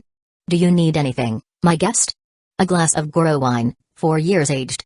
If I'm not mistaken, that would be 17 Sekas copper coins. Lin walked straight to the counter, laying out the coins in neat groups of 5, 5, and 7. The tavern owner scrutinized Lin, his gaze lingering on the long sword hanging from Lin's waist, his expression remaining unchanged. That was last year's price. Now, it's 21 copper. Lin was taken aback but had yet to respond when a strikingly beautiful female customer beside him pursed her lips and teased, "Old York, are you trying to fool a newcomer? How come I didn't know that your Goro wine suddenly became more expensive?" As she spoke, the female patron looked at Lin with interest. 17 coppers for a glass of Goro wine wasn't exactly luxury, but not many would be so generous at the Drunkard Tavern. Especially since the man was young and handsome, with solid muscles. He didn't seem like the useless type. Old York didn't mind the woman's interruption and grinned. 2 ships from the harbor capsized this year, making the ingredients for Goro wine scarce. Prices have to go up. Lin frowned and spoke again, but I only have 17 Sekas copper coins. The young woman's interest in Lin diminished by half upon hearing this. He seemed like just another poor soul squandering his savings for a taste of good wine. Then I suggest you choose a different flavor. Old York shrugged. Of course, if you're interested in earning some extra coin, I could help you. Crippled Lord needs someone to do some side work for him. He's always generous with his payments. Crippled Lord? Lin raised an eyebrow. During his time spent gathering information in Wu'er Town, he had heard that name more than once. The rumors were not favorable. Very well, I need a suitable job anyway. Lin's mind raced, but he still nodded in agreement. Old York swept the coins into his pocket, called over an attendant to temporarily take over his duties, and then looked at Lin again and said, "Follow me. The Goro wine you wanted is in the cellar. I'll get it and then take you to meet him." Seeing Lin follow Old York without any defenses, the onlookers in the tavern couldn't help but reveal schadenfreude smiles. Everyone living in Wu'er Town knew that although Crippled Lord was generous, he was also notoriously ruthless. Many people who worked under him had mysteriously disappeared, sometimes without even a corpse left to find. They might get paid, but they wouldn't live to spend it. As the patrons reveled in their schadenfreude, Old York led Lin through the kitchen into a storeroom filled with sacks of flour and barrels, stopping in front of a large, grimy barrel. Click. Old York pressed down firmly on the barrel's side lid. Accompanied by a gushing sound of liquid, the barrel slowly rotated halfway, and a wooden panel sprung open, revealing a half-human height secret passage. Follow this path. The person you want to see is inside. Old York lowered his voice and stuffed a lit candle holder into Lin's hands, impatiently warning, "Watch yourself and don't cause any trouble for me." Lin thanked him, took the candle, and stepped into the secret passage. The large, liquor-stained barrel rotated back to its original position, followed by the sound of liquid being refilled. The faint light from outside disappeared, plunging the secret passage into total darkness. Lin couldn't see where it led, with only the faint light from the candle illuminating the way forward. The air carried the stench of cheap wine. Lin followed the dim corridor cautiously, mentally recapping the intel from his fellow wizard apprentices. Because his mentor, Crow, had been constantly on the move in recent years, he had no fixed residence and never kept all his apprentices near him. After all, too many unfamiliar faces suddenly appearing in one city was conspicuous and made hiding difficult. So, his understanding of these people was limited, mostly having only met a few times, knowing their names and appearances. The only one he was somewhat familiar with was Johnny, who had sent him letters before. Of course, that familiarity was one-sided. To be precise, it was the original Carl who had a peculiar youthful crush on Johnny. In layman's terms, it was a one-sided infatuation sparked by beauty. As Crow's most favored disciple, Johnny had impressive magical talent and was just one step away from becoming a full-fledged wizard. After Crow's death, Johnny became the apparent leader of their group of apprentices. Unfortunately, such a one-sided, peculiar relationship clearly couldn't provide him with any help. As Lin was distracted, the narrow corridor ahead gradually became more spacious. By the faint candlelight, Lin realized that this passage led to a forest outside Wu'er town. It was deep into the night, yet the sky wasn't as dark as expected. Silver moonlight filtered through the gaps in the tree canopy, casting a translucent veil over the firm yellow earth. Lin could faintly feel the magic power inside him becoming increasingly active. Is this moon day? Through the dense foliage, Lin could vaguely see a sky full of shimmering stars and a gigantic bright moon. According to Carl's memories, this astronomical phenomenon occurred only once a year and lasted about 3 to 5 days. However, there were no records in his memory about moonlight affecting magic power. Of course, he had only been a wizard apprentice for barely half a year. While Lin was pondering, a sudden sharp whizzing sound pierced the air. Dozens of solidified magic missiles shot out from the dense woods around him, blocking his escape routes in all directions. A trap? That was Lin's immediate thought, and he reacted swiftly. Turning his empty left hand over, he dropped a handful of gray powder into his palm, the remaining casting material, red fire embers. With a powerful throw, the powder ignited instantly under the influence of his magic, forming a scorching firewall in front of him. However, the hastily used new spell, Lesser Firewall, couldn't withstand the joint attack of several wizard apprentices. The magic missiles pierced through the flames almost instantly. Fortunately, Lin had achieved his objective. The heat wave and high temperature from the firewall caused the magical projectiles to lose their accuracy, ricocheting off tree trunks and the yellow earth behind him. Seeing 4 figures cloaked in black robes closing in on him in a semicircle, Lin silently drew the long sword from his waist and opened the pouch containing white phosphorus, preparing for battle. Due to time constraints, he had limited white phosphorus, but now was clearly not the time to hold back. Just as Lin was about to act, a cold voice rang out. "Carl, why did you betray us?" Chapter 11 Wizardland, Green Reel. The sudden questioning made Lin pause for a moment. As a few figures gradually approached, Lin immediately recognized the leader. It was his target for this search, Johnny. The girl wrapped in a black robe was about 20 years old, with peculiar silver-gray long hair and bright, gem-like blue eyes. She had grown much thinner since their last meeting, likely due to constantly fleeing and hiding, and her face carried a sickly pallor. "I don't understand what you mean, Johnny." Lin's tone was unwavering, without a trace of hesitation. With all of his predecessor's memories, he was absolutely certain that Carl had never committed any betrayal. At most, he might have considered it in his mind, but otherwise, he wouldn't be hiding in fear in the slums. "Where is your sword?" The gray-haired witch continued to question. Only then did Lin realize that Johnny's gaze was fixed on the long sword in his grip, and a thought quickly clarified the problem. "The weapon you're holding is commonly used by witch hunters," said the burly wizard apprentice, Buck, excitedly. "Of course, it's my trophy. Is there a problem with that, Buck?" Lin replied calmly, though cold sweat trickled down his back. He'd been carrying this ticking time bomb all this while. Of course, he couldn't be blamed for not being cautious enough. After all, His own short sword had been lost in the slum hut, and throwing away a readily available weapon was hardly practical. What's more, Carl's memories lacked any information on witch hunters having standard-issue weapons. Considering that he hadn't encountered any trouble these past few days, it seemed knowledge of this intel was scarce, but it clearly had not escaped old York at the Drunkard's Tavern. No wonder the other party kept evading and testing him with various excuses when he bought Gro's wine. It was likely old York who conveyed the information about Lin having a witch hunter's sword to Johnny and his group. A trophy? You mean you killed a witch hunter and took his sword? Buck scoffed. Carl, if I'm not mistaken, you can't even master the basic one-ring spell, Frostblade. You should find a more believable excuse. As lackeys of the church, those selected as witch hunters were elites above ordinary people, usually operating in small teams. Even an official wizard would find them quite troublesome. For apprentices like them, escaping death was already a stroke of luck. Sometimes strength doesn't represent everything, Buck. Lin shook his head. Besides, our last meeting was 4 months ago, wasn't it? As he spoke, Lin extended his hand, extracting hydrogen and oxygen from the surrounding air, then rapidly cooling them to condense into form. Almost instantly, a diamond-shaped ice blade materialized before everyone, its odd shape exuding a peculiar beauty.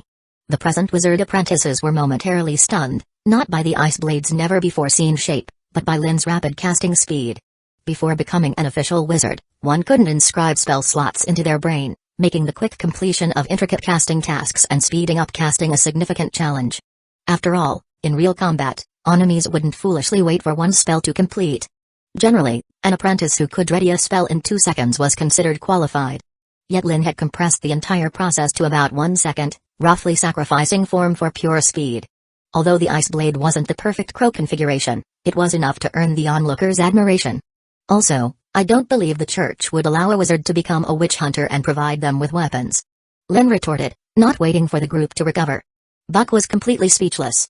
The church had always adopted a better to kill the wrong person and let any wizard escape policy.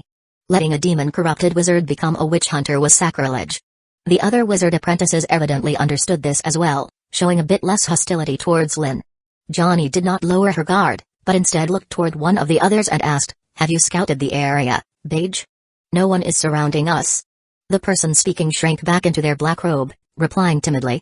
With the clear response, Johnny finally turned around and apologized to Lin. "I'm very sorry, Carl. The situation is urgent, and we must be cautious."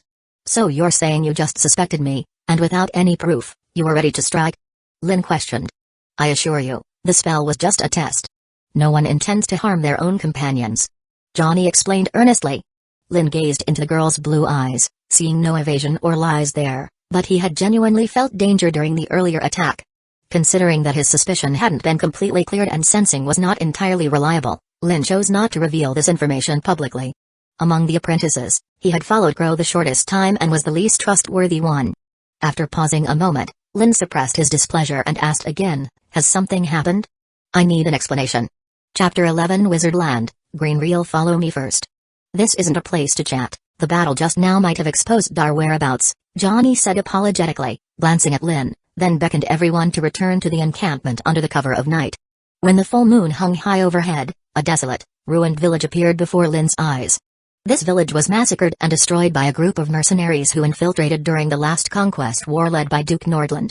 "Now, besides us, there are only a few wild beasts left here," Johnny sighed, then whispered, "Damn nobles, damn church, damn war."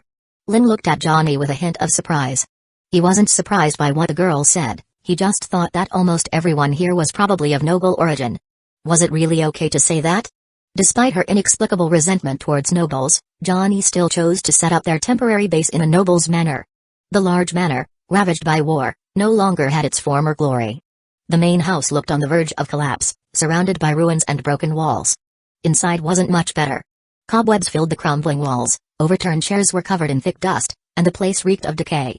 However, since this was a noble's residence, the vast main house was almost like a small castle designed to withstand war. It had a few guard posts and even an independent drainage system, meaning they didn't need to worry about their water supply here. Upon entering the manor, Lin soon saw the wizard apprentice stationed there. Barton. Compared to his burly brother Buck, Barton was almost his exact opposite, emaciated to the point of looking like he could be blown away by a gust of wind. After moving the junk to the door with everyone and resealing it, Johnny spoke up before Lin could ask any questions. "Kent is dead." "Who was Kent?" Lin paused, searching his memory before recalling that Kent was the third disciple of Crow and the only wizard apprentice not present. He hadn't expected this guy to be dead already. On the same day our teacher was captured by the church, the Nordland Territories guards raided Kent's hiding place. After that, both Buck and Barton, as well as Will, were also pursued, but Mage managed to avoid the attack thanks to her special abilities, Johnny explained. Special abilities? Lynn instinctively looked at the wizard apprentice named Mage. She looked excessively young, about 13 or 14 years old, not even reaching his shoulder in height. Her yellowish face was dotted with sparse freckles, and her messy hair was tangled as she squatted in the corner feeding some gray crows. Lynn quickly recalled the sound of crows he had heard in the tavern, guessing that she might possess some kind of magic to control animals. I suspect someone sold us out, enabling the church to locate our hiding places so precisely, Johnny said worriedly. How many people know about our hiding place? Lynn asked the most crucial question. As wizards being hunted and oppressed by the church, they would never casually reveal their whereabouts, indicating very few people knew. A process of elimination would suffice. Johnny was silent for a moment, then shook her head. Normally, only we should know. Could it be that the teacher? Buck hesitated but asked nonetheless. Absolutely not. Johnny's eyes sharpened, and she rebuked decisively. Buck immediately fell silent. Lynn didn't dwell on the issue too much but asked the second question that concerned him the most. So, what's our plan from here? Lynn faintly regretted coming to find these wizard apprentices. He had assumed that while Johnny and the others were being hunted, at least their internal situation was stable and that even if they couldn't lead him to another full-fledged wizard, they could at least provide some support. However, that didn't seem to be the case now. If Johnny didn't have a reliable enough plan to evade the church's pursuit, he would look for an opportunity to leave this group. To Lynn, moving alone was much safer than following a group of incompetent companions. Buck and Will also looked at Johnny, and even Mage stopped feeding the gray crows. During the time they were being hunted by the church, they had asked the same question multiple times, but Johnny had always dodged the question, insisting on waiting until everyone was present before divulging anything. This time, Johnny didn't conceal anything and responded smoothly. We will cross the Mist Sea by boat and head to the Wizard Land Green Lyra. Does the Wizard Land really exist? Will, who had been silent, suddenly asked. But I've heard that beyond the Mist Sea is a land of death, from where people never return. Yes, I've been there with my mentor before. It's a land exclusively for wizards, free from the influence of the church and witch hunters, where everyone can freely study magic. Johnny said firmly. It sounds as marvelous as the Holy Land of Ira, Barton mumbled, finding it impossible to imagine a world where wizards could cast spells freely without being hunted. It could only be described as a dream. Much like the Holy Land of Ira described in the Bible, it was a place only the most devout believers could reach after death. No sickness or aging existed there, and everyone lived in spacious estates, cared for by dream elves with utmost attentiveness. In the Holy Land, rivers flowed with fragrant wine, fields automatically yielded abundant wheat without the need for farming, and every tree branch was laden with succulent, juicy steaks. Ira doesn't like wizards. Squatting in the corner, Mage weakly interrupted Barton's fantasy. How do we get there? Will asked anxiously. Johnny hesitated for a moment but then responded truthfully. Wuer Town is very close to the Nordland Territories port. We can board a ship there. I think. Lame Lod should help us. Lod? Lynn couldn't help but be surprised. Previously, the boss of the Drunken Tavern, Old York, had also mentioned this name to him. Rumor had it that Lame Lod had been a pirate for several years in his youth, making quite a name for himself until a leg injury during a merchant raid forced him to fake his death to survive. This incident, however, turned Lod's luck around. After a fierce battle where most of the pirate leaders perished, Lod conveniently became the pirate leader. Yet, instead of continuing the pillaging lifestyle, he turned to legitimate business, now controlling the alcohol trade in Wuer Town and its port, making him the biggest local power in the western Nordland territory. Recalling various city rumors, Lynn immediately realized that Lod's supposed alcohol trade was just a cover, and his real business was maintaining the connection between the Wizard Land and the outside world. In short, we need to hurry. The road to the Wizard Land will open briefly only on Monday. Johnny swiftly drew her longsword and sketched the positions of Wuer Town and the port on the ground, marking out their route with sword strokes. We'll set off early tomorrow morning, circumnavigating through Koutsuo Mountain. We shouldn't attract much attention. Based on the star signs, this year's Monday will last for 5 days, so we have ample time. Johnny outlined the general plan. Seeing that Lynn and the others had memorized it, she cast a fireball technique to destroy the drawn map. That's it for tonight. In the burst of flame, Johnny looked around at everyone and added, Mage, you'll take the night watch. Tomorrow, Carl will carry you on the journey. Why me? Touching his nose, Lin felt extremely frustrated. They were really just bullying the newcomer, weren't they? Chapter 12 Lin, I know this one. After a whole night of rushing, everyone present was exhausted. Once Johnny finished speaking, they each went to rest. Of course, Lin was no exception. He chose a room that looked somewhat decent, pushed the broken door closed, and lay down on the dusty wooden bed without caring. For the past week since he crossed over, Lin's nerves had been tense. He had slept with one eye open, fearing that soldiers might rush in at any moment and kill him. Now, he could finally relax a bit. Green Reel. Lin murmured about the wizard land that Johnny had mentioned. Unlike Will and the others, who were suspicious, he didn't find it strange that a group of wizards who knew magic would band together to occupy a piece of land and immerse themselves in the study of magic. Or rather, he thought it was completely normal. On the contrary, the church, with its religious theology, seemed incredibly strange to him. For Lin, going to the wizard land was undoubtedly an excellent choice. In a place that valued magic and knowledge, he could better utilize his advantages without worrying about being captured one day.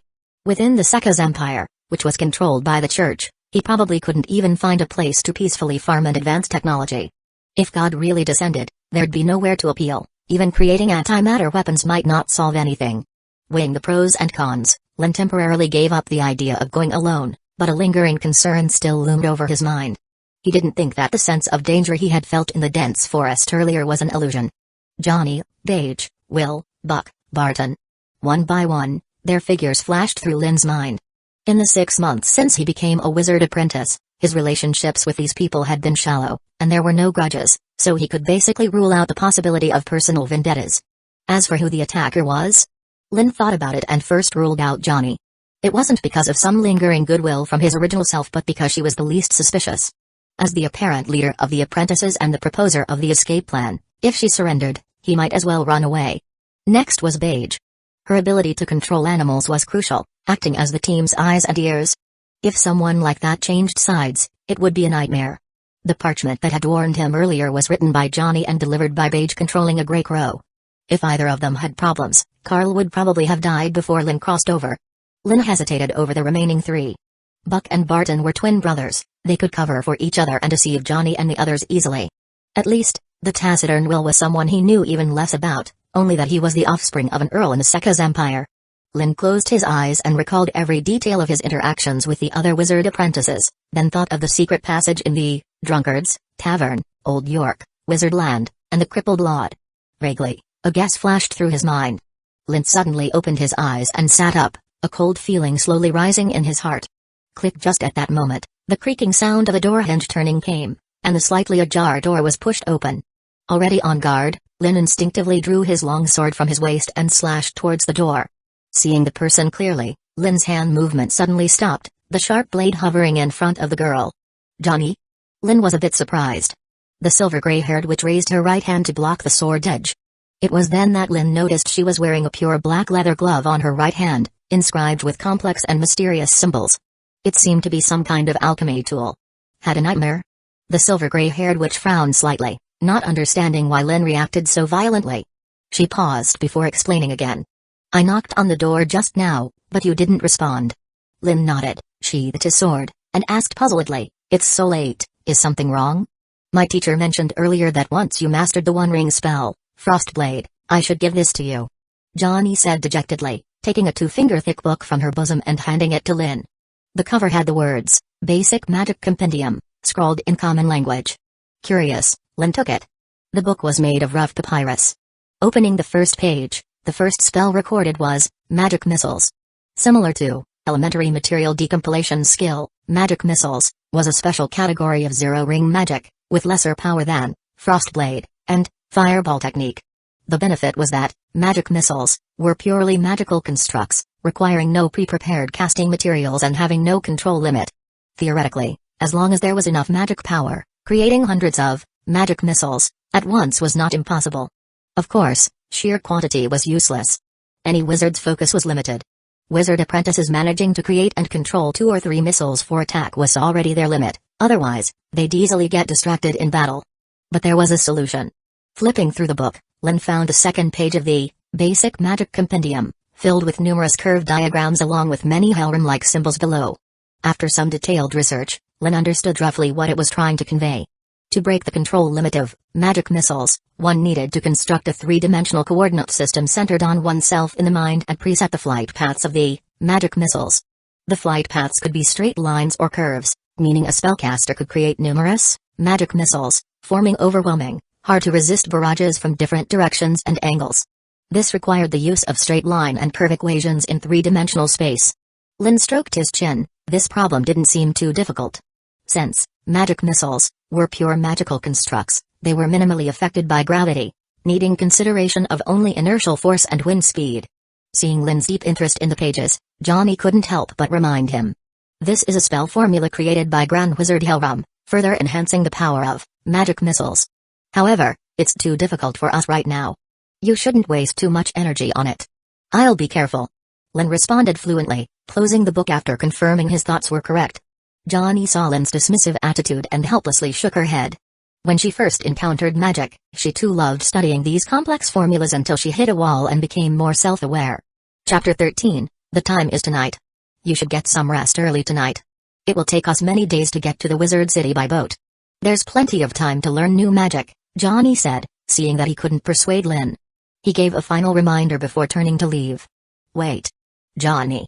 Lin tucked the basic magic manual into his coat and, recalling his earlier suspicion, stopped her. What is it? Is there something else? The silver-haired witch halted her steps. Are you sure that no one else knows about our hideout, aside from us? Lin asked once more.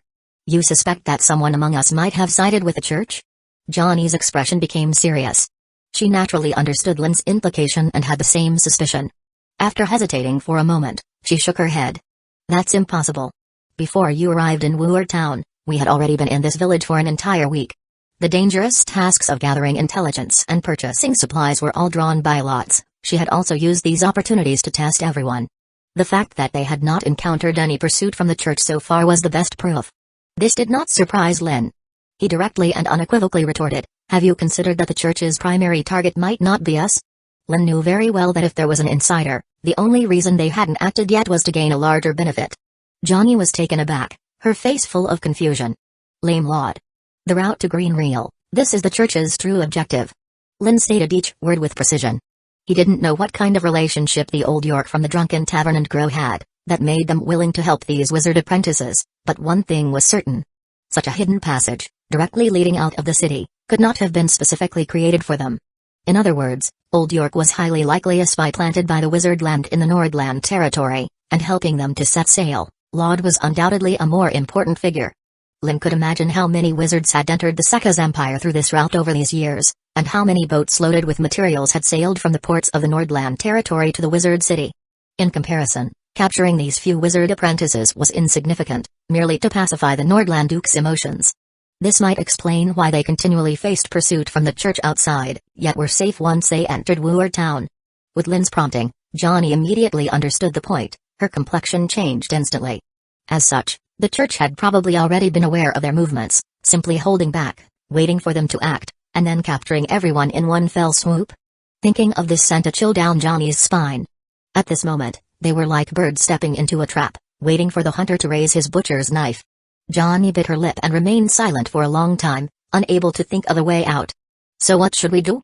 After putting forth the question, the young girl did not expect any answer from Lin. In this situation where they were besieged from all sides, it was near despair. How could a group of apprentices who couldn't even trust each other escape the church's meticulously woven net? However, Lin spoke up. It's simple. Wait. Lin's answer took Johnny by surprise.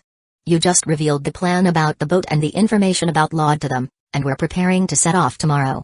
At that time, everyone will be under mutual surveillance, so... Lin asserted decisively, tonight is the best opportunity to pass on the message. Squeak, squeak when the moonlight crossed the 13th star, Will woke up to the sound of mice. The dry straw on the hard wooden bed pricked his back like needles and razors. Will struggled to sit up and saw a few mice gnawing on a half piece of black bread beside his discarded robe. Their long tongues hung from their mouths, and their black, grimy toes left marks on the blue robe. Damn it, you filthy vermin, scum. Will kicked out in anger, sending the dirty black bread flying. He cursed venomously for minutes before calming down, then picked up his robe and cautiously pushed open the door. The side hall was pitch dark, devoid of any figures. At this time, everyone except the night watchman Mage should have been resting. Will did not dare to stay any longer. He hurriedly walked through the corridor and entered a secluded storage room, closing the door behind him. The old wooden door creaked noisily. Thanks to the mercenaries who stormed in, all the locks in the manor had been violently broken. The entire storage room was in disarray, dusty wooden floors, chairs, and cabinets tipped over. Will nervously crouched down and moved the piled-up debris in the corner, revealing a strange rhombic pattern etched on the dusty floor. When the apprentices took the elective classes for advanced studies, Johnny chose elements, Mage chose spiritual energy, and he mastered alchemy. Sailing, port, laud. Will carved one character after another into the center of the array. Then, he placed magic stones within the 4 circles of the array. A faint glow gradually emerged, extending along the outline of the array. Just as the glimmer was about to envelop the entire array, a sharp whistling sound pierced the quiet room. A frost blade embedded itself in the corner of the magic array, instantly dimming its radiant light. Who? Will was startled, falling to the floor, terror filling his eyes as he looked towards the direction of the intruder. The slightly ajar door had been fully opened without him noticing. Johnny's gaze was filled with disappointment and confusion. Why did you betray us, Will? The hot-tempered buck charged forward, grabbing Will by the collar and punching his face. Answer me. Why? Will sneered, shoving Buck away, wiping the blood from his mouth, and said excitedly, You ask me why? I am Willisk, the second son of the Imperial Earl. If not for that idiot crow, I should have been living in the manor of the Isk territory, attending luxurious high society gatherings, enjoying delicious food and servants' service. I would have inherited part of my father's territory and become a Baron Lord of the Seka's empire. But now, we can only gnaw on black bread that only peasants eat, sleep in filthy, rat-infested ruins. Will cursed hysterically, I've had enough. Crow is a madman, a demon. He taught us the knowledge of devils, turning us from noble aristocrats into a bunch of bugs hiding in dark corners.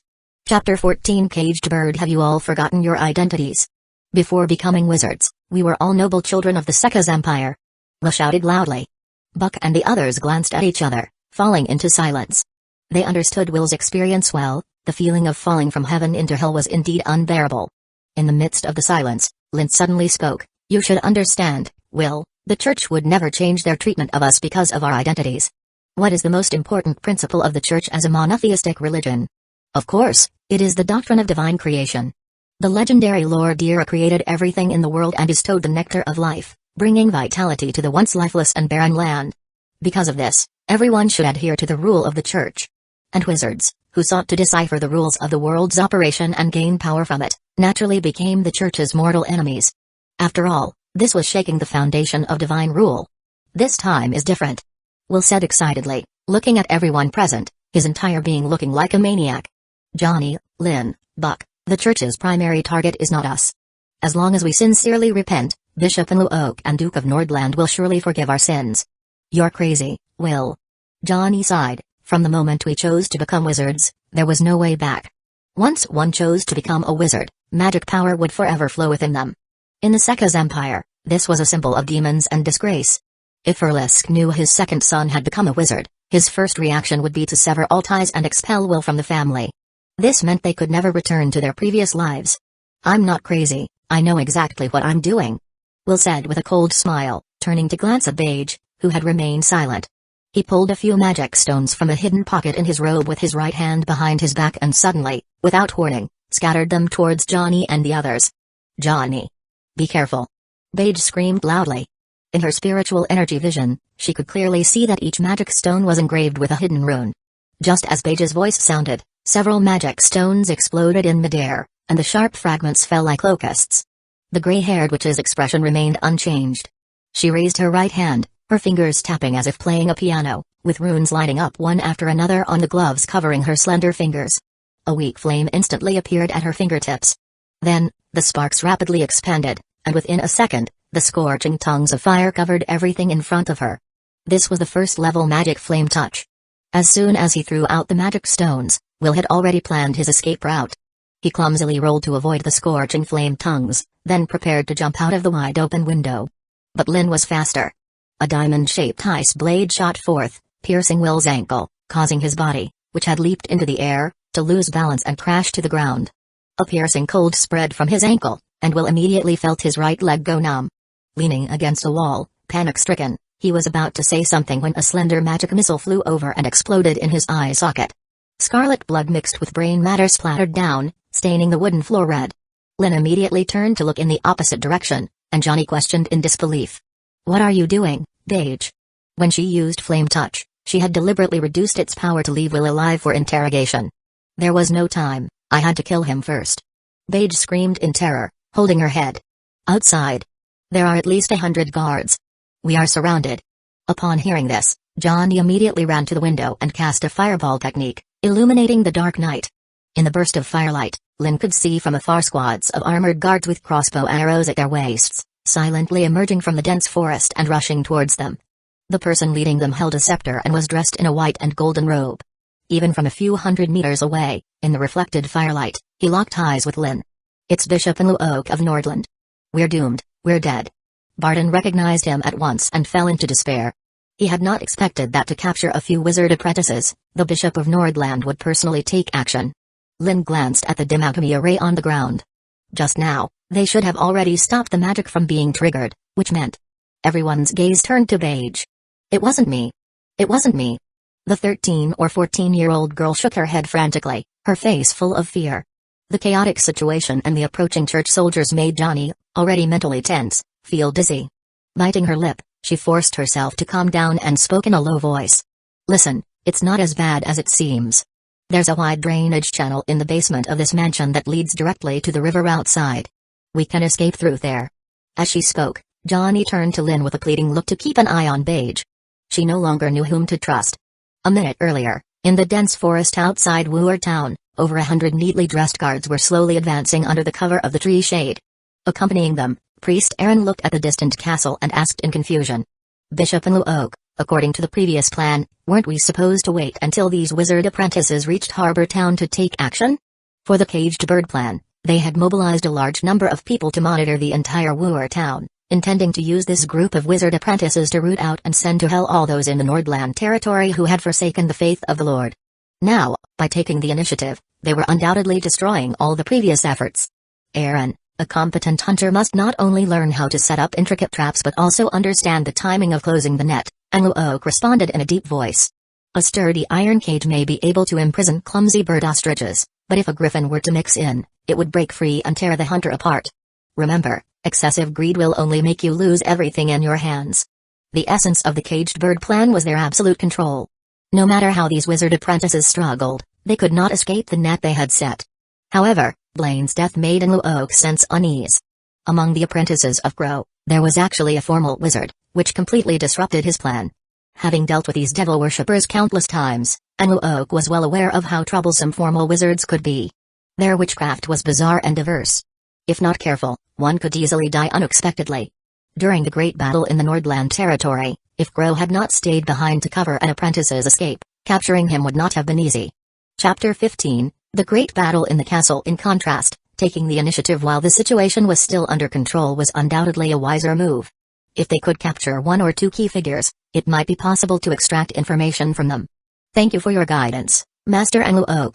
Priest Aaron pondered carefully for a moment, then respectfully bowed. "Everything is the Lord's instruction."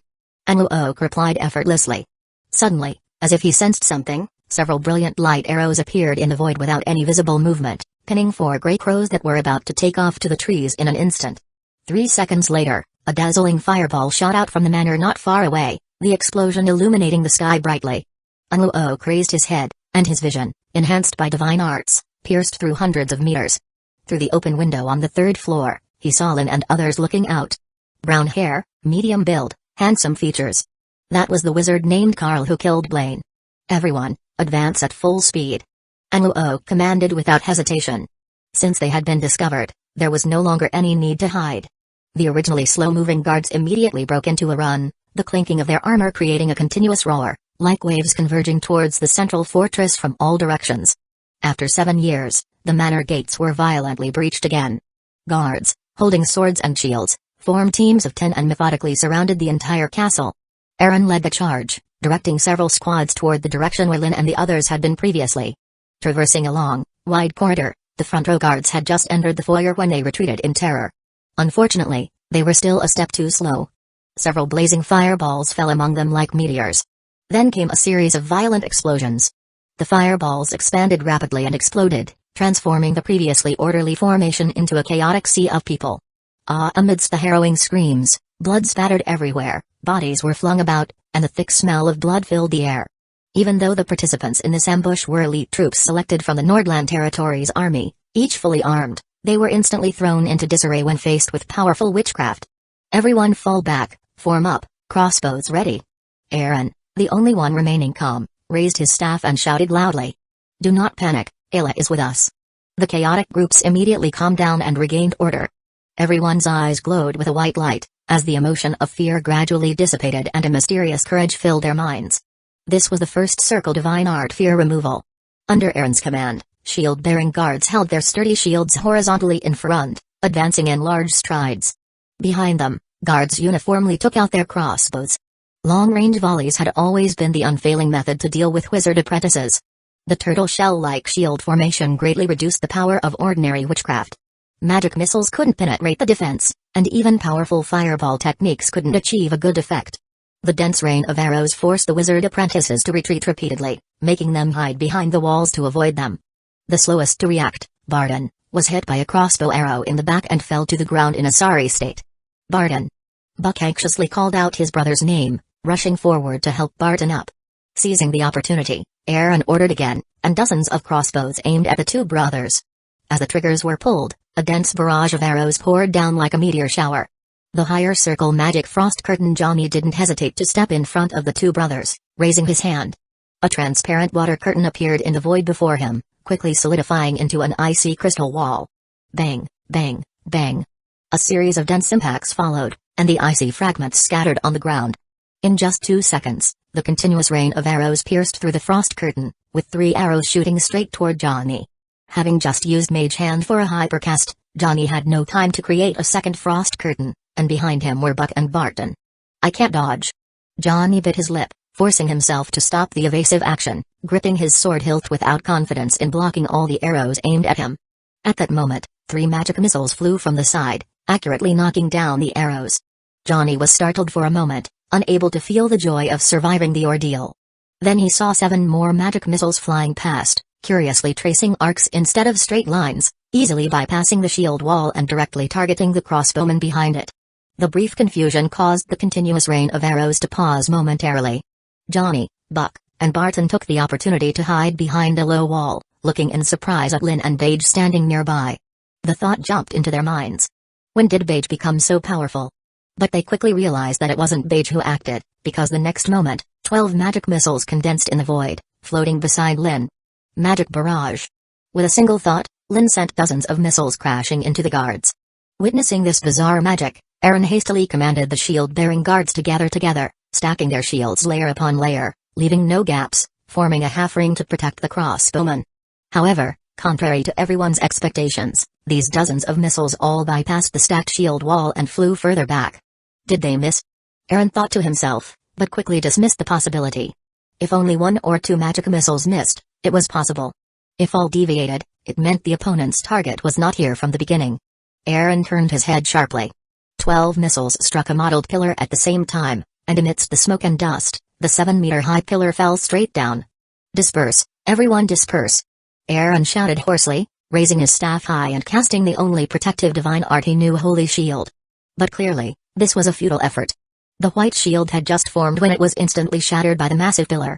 Over a dozen shield bearers and crossbowmen, unable to escape, were buried under the pillar. When Aaron turned back, Lynn and the others were already gone. After hesitating for a while and looking at the soldiers trapped under the pillar, bloody and crying for help, Aaron gritted his teeth and said, "Leave half the men to rescue them. The rest, follow me." Chapter 16, Fire magic was never used this way. Meanwhile, Lynn and his team were winding their way through the underground passage on their way to the castle. Everyone knew how urgent time was. The injured Barton directly refused Buck's helping hand, tied his clothes around his wound for simple bandaging, and then endured the pain in his back to follow behind the group. At the moment, Lynn's mind was still recalling the details of the spellcasting earlier. The magic missiles spell, being a basic zero-ring spell, was not difficult to learn and use. The real trouble lay in presetting the trajectories of each missile. Lynn had not participated in the first wave of joint attacks with Johnny and the others because he was preparing to cast the spell. Unless he had 071 assist him with positioning, controlling 12 magic missiles simultaneously was his limit, equating to the power of an upper-level one-ring spell. "Are you really Carl?" In the silence, Buck couldn't help but ask. Of course. Lin nodded. But when did you master the Hellrim formula? Johnny asked curiously. She had handed over the basic magic general knowledge book to Lin just over an hour ago. Could he have learned it just by reading it a few times? Just now. Lin responded casually, then remembered that his original self had only been learning magic for half a year. Realizing it sounded too high profile, he quickly explained, the teacher had previously explained the principle of this formula to me. It didn't seem very difficult. Not difficult. Johnny's delicate face showed a look of confusion. Why had she been unable to master it after researching for several months? Buck and Barton unanimously thought that it must have been Tutor Crow giving Carl some private lessons. Mage, report the enemy's position and distance. Lin changed the topic, looking at the silent girl beside him. Although her active killing will was highly suspicious, in such a crisis, they had to rely on her abilities. Enemies are everywhere. They are preparing to surround us. Mage's body trembled incessantly as she spoke timidly. What about Archbishop Hueco? Where is he? Johnny suddenly asked. I don't know. My spiritual sense can't detect him. Mage was almost in tears. If that's the case, let's find a place, gather as many enemies together as possible, and deal with some of them first. Lin analyzed calmly. Besides the Archbishop who had not yet acted, the greatest threat to them now was the crossbowman's arrow rain. If they fought in an open area, several rounds of volleys would at least kill half of them. Are you serious, Carl? Buck's eyes almost popped out in astonishment. They were already too late to run, yet Lin wanted to gather the enemies for a counterattack. It was simply impossible. Lin did not reply but looked at Barton, who was bleeding from his back and gritting his teeth to endure. Buck realized that they had a wounded man with limited mobility. Before long, the enemies would catch up from all directions. Once surrounded, they wouldn't even be able to escape. How confident are you? Johnny asked bluntly. That depends on how many spells you guys have mastered. Lin answered firmly. With Mage's sensing and Lin's coordination, the soldiers blocking them from several directions almost simultaneously arrived, trapping the wizard apprentices in the side hall on the first floor of the castle. 6 full squads, excluding the elusive Archbishop and Hueco, the personnel guarding the exits, and those treating the wounded, all had arrived. Despite their numbers, Aaron, who had suffered a great loss at Lin's hands earlier, did not dare to be careless. He ordered the soldiers to advance with shield walls and crossbow arrays while casting auxiliary divine arts with the other priests. Fear removal, holy blessing. 2 successive flashes of white light infused the shield soldiers with courage and vitality, who then marched forward with a shield wall stacked up high and wide. In front, Buck stood alone, blocking the numerous shield soldiers. He lifted a heavy counter weighing hundreds of pounds that had fallen on the ground. His already strong arms swelled again, showcasing a colossal strength beyond human limits. He hurled the heavy counter forward with great effort. Die, all of you. The heavy counter collided with a dense shield wall, producing a massive thud. Immediately after, the solid stone floor beneath their feet suddenly caved in. This was the one-ring spell turn stone to mud, jointly cast by Johnny and Barton hiding in the darkness. The sturdy armor, instead of offering protection, became their greatest burden. Losing their balance upon impact, the shield soldiers staggered and fell in disarray on the fine sandy soil. Even though it was a cooperative spellcasting by 2 wizard apprentices, the affected area was limited. The crossbowmen at the rear had already raised their crossbows, with more than 40 sharp crossbow arrows gleaming as they aimed at Buck. Please, hurry, Mage. A drop of cold sweat slid down his forehead as Buck continuously prayed in his heart. This second was a matter of life and death. Fortunately, this time Mage did not let him down. Just as the crossbows were about to be fired, a piercing shriek echoed throughout the castle. Souls scream. Everyone present felt as if their brains had been hit with a heavy hammer, completely losing control of their bodies for a moment. Enemy and ally alike, the eerie nature of the spiritual magic was evident. The range of soul screams' influence was vast, and the magic power consumption was extremely intense. It was forced to stop after just 2 seconds. Mage wobbled and almost fell to the ground. Johnny and the others were seized with anxiety. They had done everything they could, totaling 5 seconds and gathering all the enemies together. This was enough for Lin. Pale yellow phosphorus powder floated in his palm, quickly forming into a giant fireball half a meter high. The yellowish-white flame seemed nothing special, but every wizard apprentice and priest present felt an internal shiver. However, this giant fireball did not aim at Aaron and others but flew into the air, bursting into sparks that trailed white smoke like splendid fireworks. Buck's face turned pale. He began to doubt whether Mage's soul scream interference had disrupted Lin's spellcasting. Everyone knew that fire magic was always focused and concentrated. Chapter 17, This devilish power comes from the fires of hell. Did all our efforts go to waste? Under Buck's gaze, the sky filled with sparks quickly poured down on the entire field. Holy word, shield! As soon as he broke free from the influence of Soul's Scream, Eren immediately cast a protective divine art. A pristine light shield appeared in the shape of a semicircle in midair, and as the sparks landed on it, they immediately corroded it with numerous holes. Even the leftover magic, weakened by 100-fold, possessed this kind of power? If the previous giant fireball had directly hit him, Eren was certain he wouldn't have been able to block it. As he was still in shock, dreadful screams echoed throughout the castle. Eren turned his head and was stunned with what he saw. Compared to the priests skilled in divine arts, the guards hadn't yet recovered from the impact of Soul's Scream when the falling sparks had already attached themselves to their armor, shields, bows, crossbows, and the exposed parts of their bodies and faces. The horror of the white phosphorus fire manifested in the next second. The feeble flames rapidly spread upon contact with substances. Leather shoulder pads and gloves were burned with large holes, and the yellowish-white flames appeared to be attracted to flesh, seeping straight into the skin underneath. Ah! A shield guard frantically patted his chest, trying to extinguish the gradually spreading white phosphorus flames. However, this only resulted in his arm catching fire as well.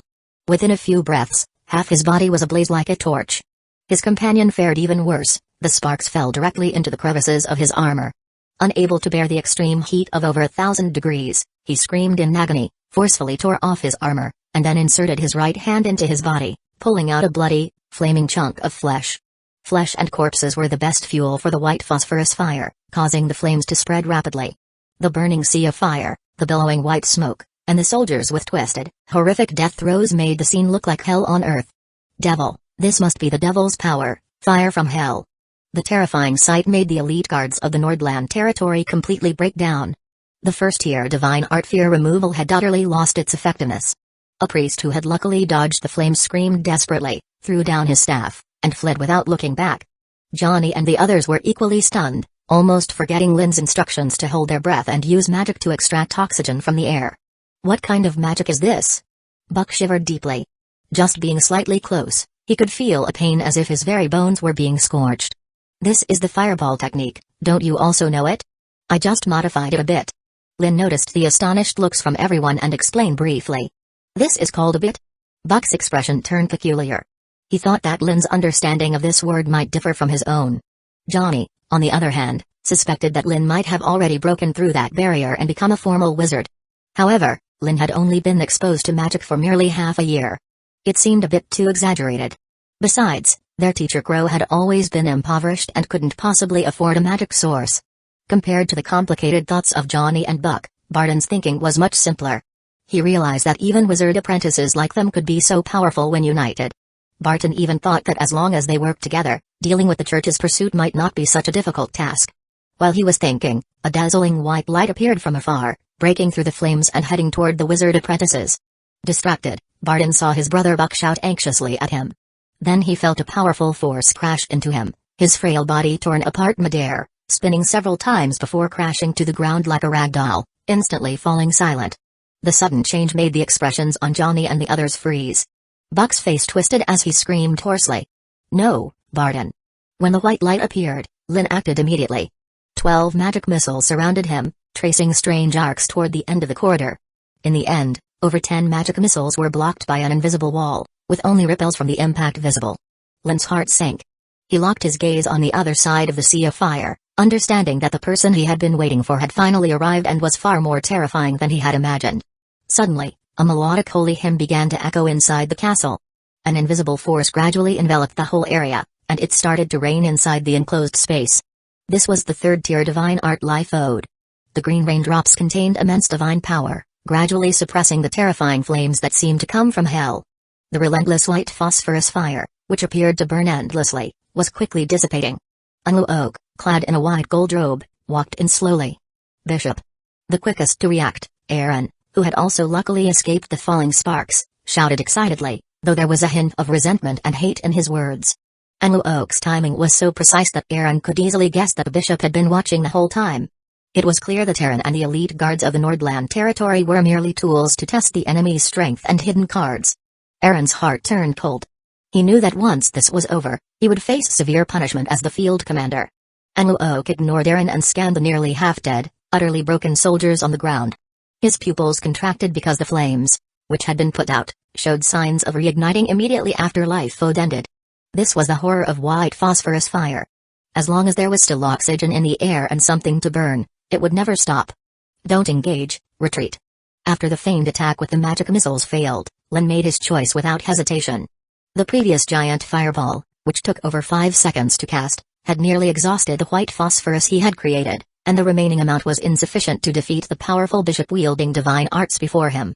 Johnny and Mage were also well aware of Inluo's terrifying power.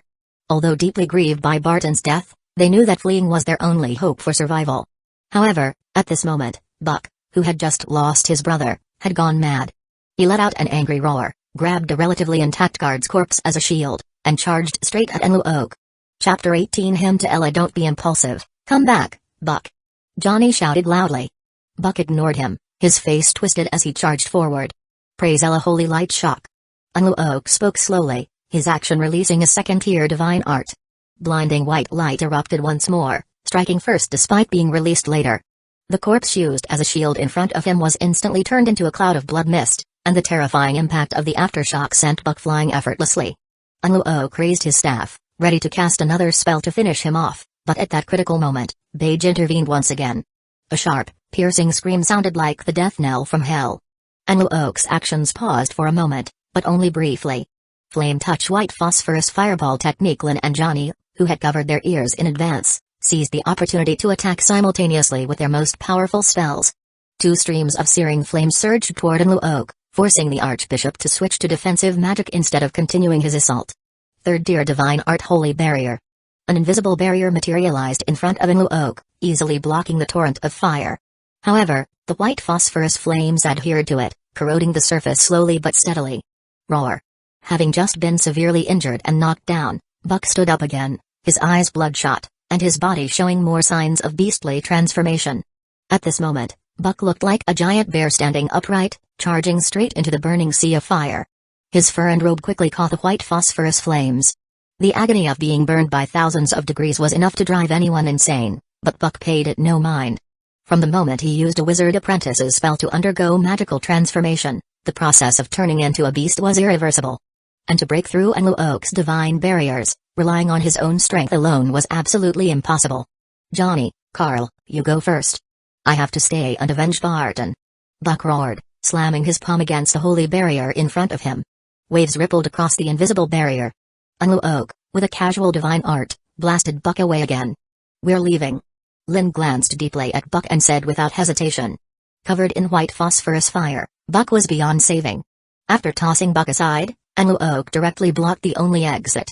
Having lost so many men, he naturally wouldn't let Lin and the others escape easily. Repent to the Great Lord, believers of the devil. Enluo raised his bishop's staff and chanted loudly. Praise Ella, Holy Spirit light. Dazzling light waves spread semicircularly from the staff. They were unstoppable and inescapable, as the divine arts range covered most of the side hall. However, Lin wasn't someone who left no escape route. In fact, before entering the side hall, he had already prepared an escape plan for a crisis. Lin, Mage, and Johnny almost simultaneously placed their hands on the ground. 0-tier magic basic material decompilation skill. The solid floor cracked instantly, 3 fine lines spreading like a spider web, finally connecting. Before the terrifying white light arrived, the ground beneath them had already collapsed. The Holy Spirit light swept over the collapsed floor, hitting the wall behind with successive explosion sounds that echoed through the castle. After the dust and debris settled, Enluo's expression became grim as he stared at the gaping hole in the side hall. Roar. A hoarse roar came from the side. Having been knocked away earlier, Buck was out of the Holy Spirit light's range, but he had already lost his human form, transforming into a massive bear. His skin still burned with white phosphorus fire, and beneath the scorched flesh, white bones were faintly visible. Even so, driven by his thirst for vengeance, Buck rushed forward. Enluo frowned. He didn't have time to waste on a dying wizard apprentice. He extended his hand, summoning quick assembling rubble and pieces of broken armor into 2 huge stone figures standing 3 meters tall. This was the 2nd-tier divine art summoning spirit realm guardian. Once the 2 stone figures were formed, they separated.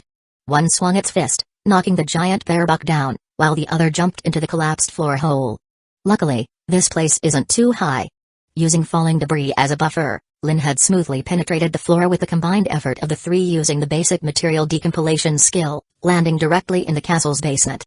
Scanning his surroundings, Lin saw what looked like an armory. Weapons and swords piled up on racks. There were also many empty boxes that likely once held treasures, which the castle owner had evidently taken when fleeing. After confirming the environment, Lin immediately focused on his two companions. Johnny was in relatively good shape, although he had expended a lot of magic power.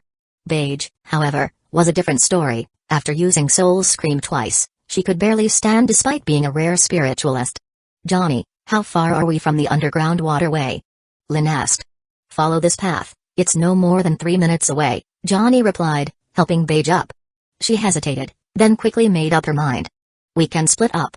You take Mage while I lead Luoke away." Johnny knew they couldn't outrun Luoke. If they kept on as they were, they'd be caught eventually.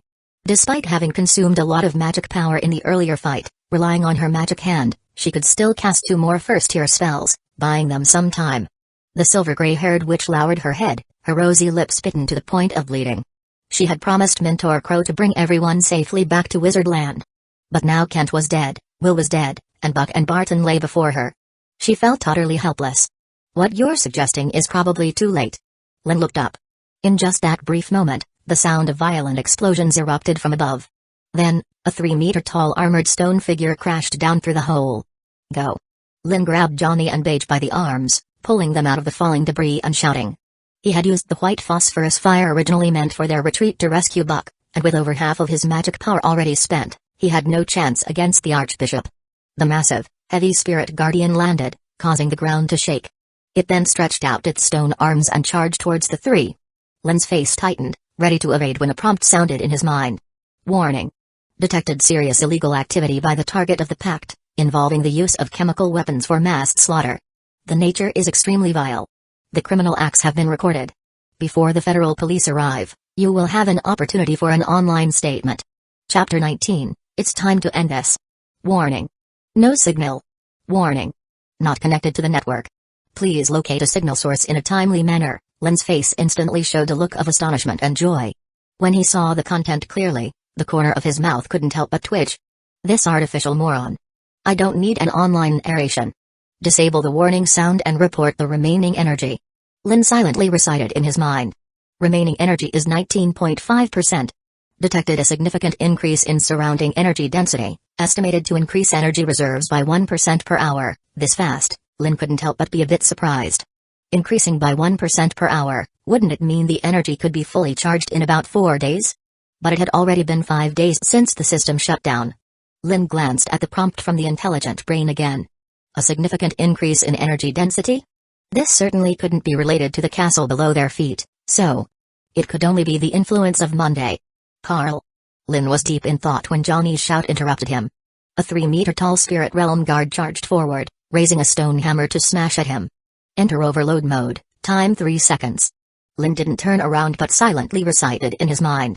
In the next moment, a massive data stream flooded into his mind. Lin pushed off forcefully, using the reaction force to leap into the air, avoiding the heavy stone hammer that was smashing down. He then stepped onto the thick stone arm of the spirit realm guard, drew out the sharp witch hunter's longsword, and embedded it into the crack at the neck of the stone statue, pinning it firmly to the wall behind. However, this strike clearly couldn't completely destroy the stone statue. Lin didn't expect as much.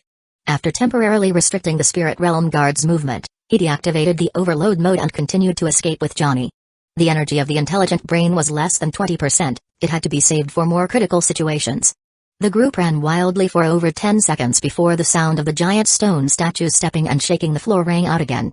Mage, who was clutching Johnny's arm, trembled continuously and whispered through her sobs, "I'm sorry.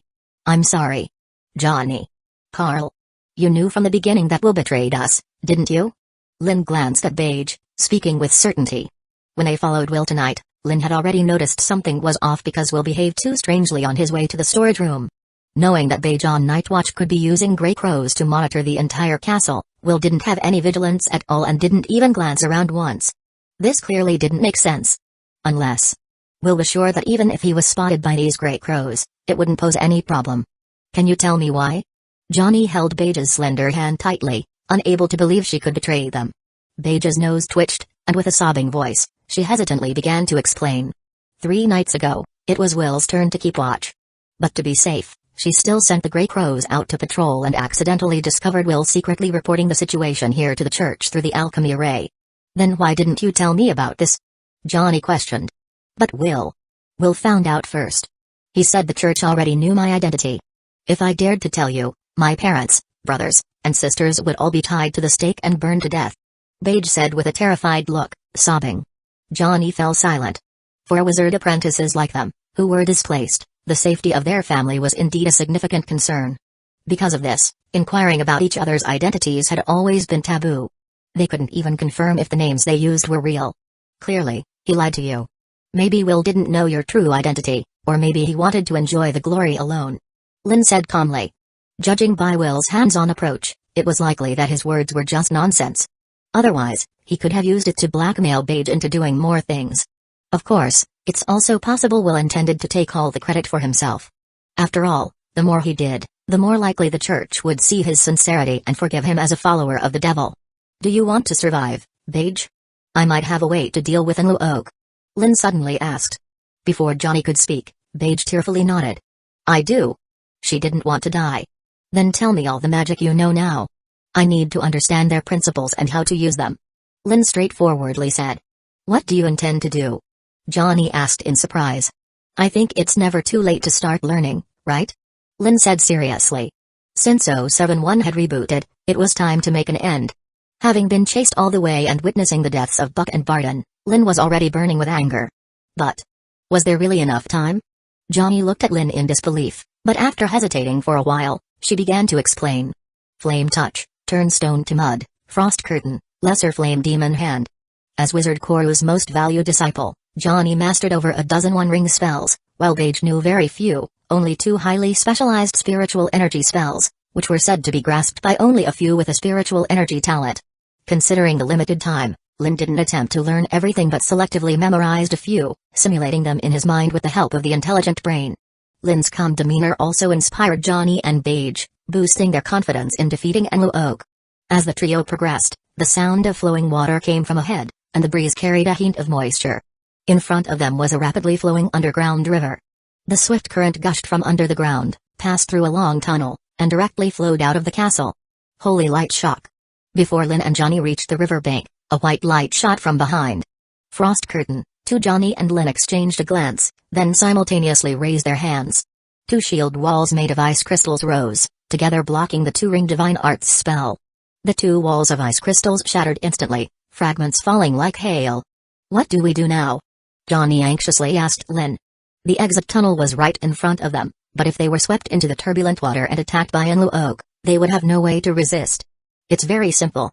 Lin gave Johnny a glance, then without warning, he took the girl's sword and, amidst her expressions of astonishment, surprise, and unease, pushed her directly into the rushing water.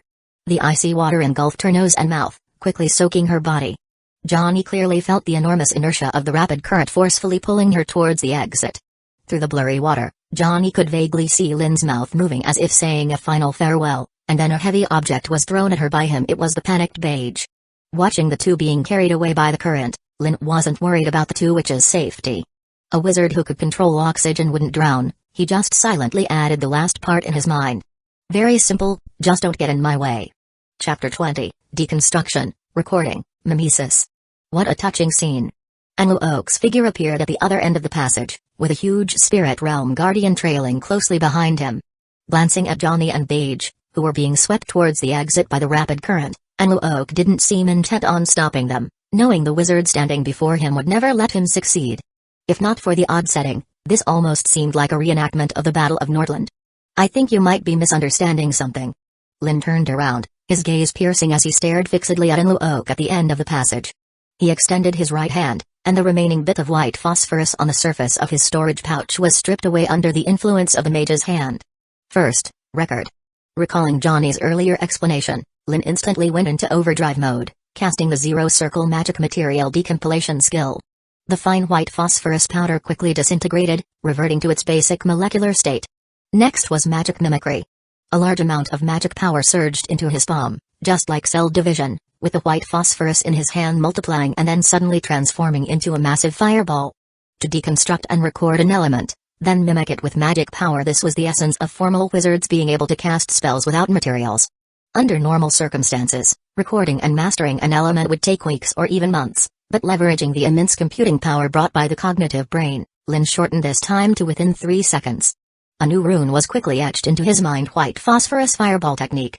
Seeing the fireball igniting in Lin's hand, Luo halted his advance.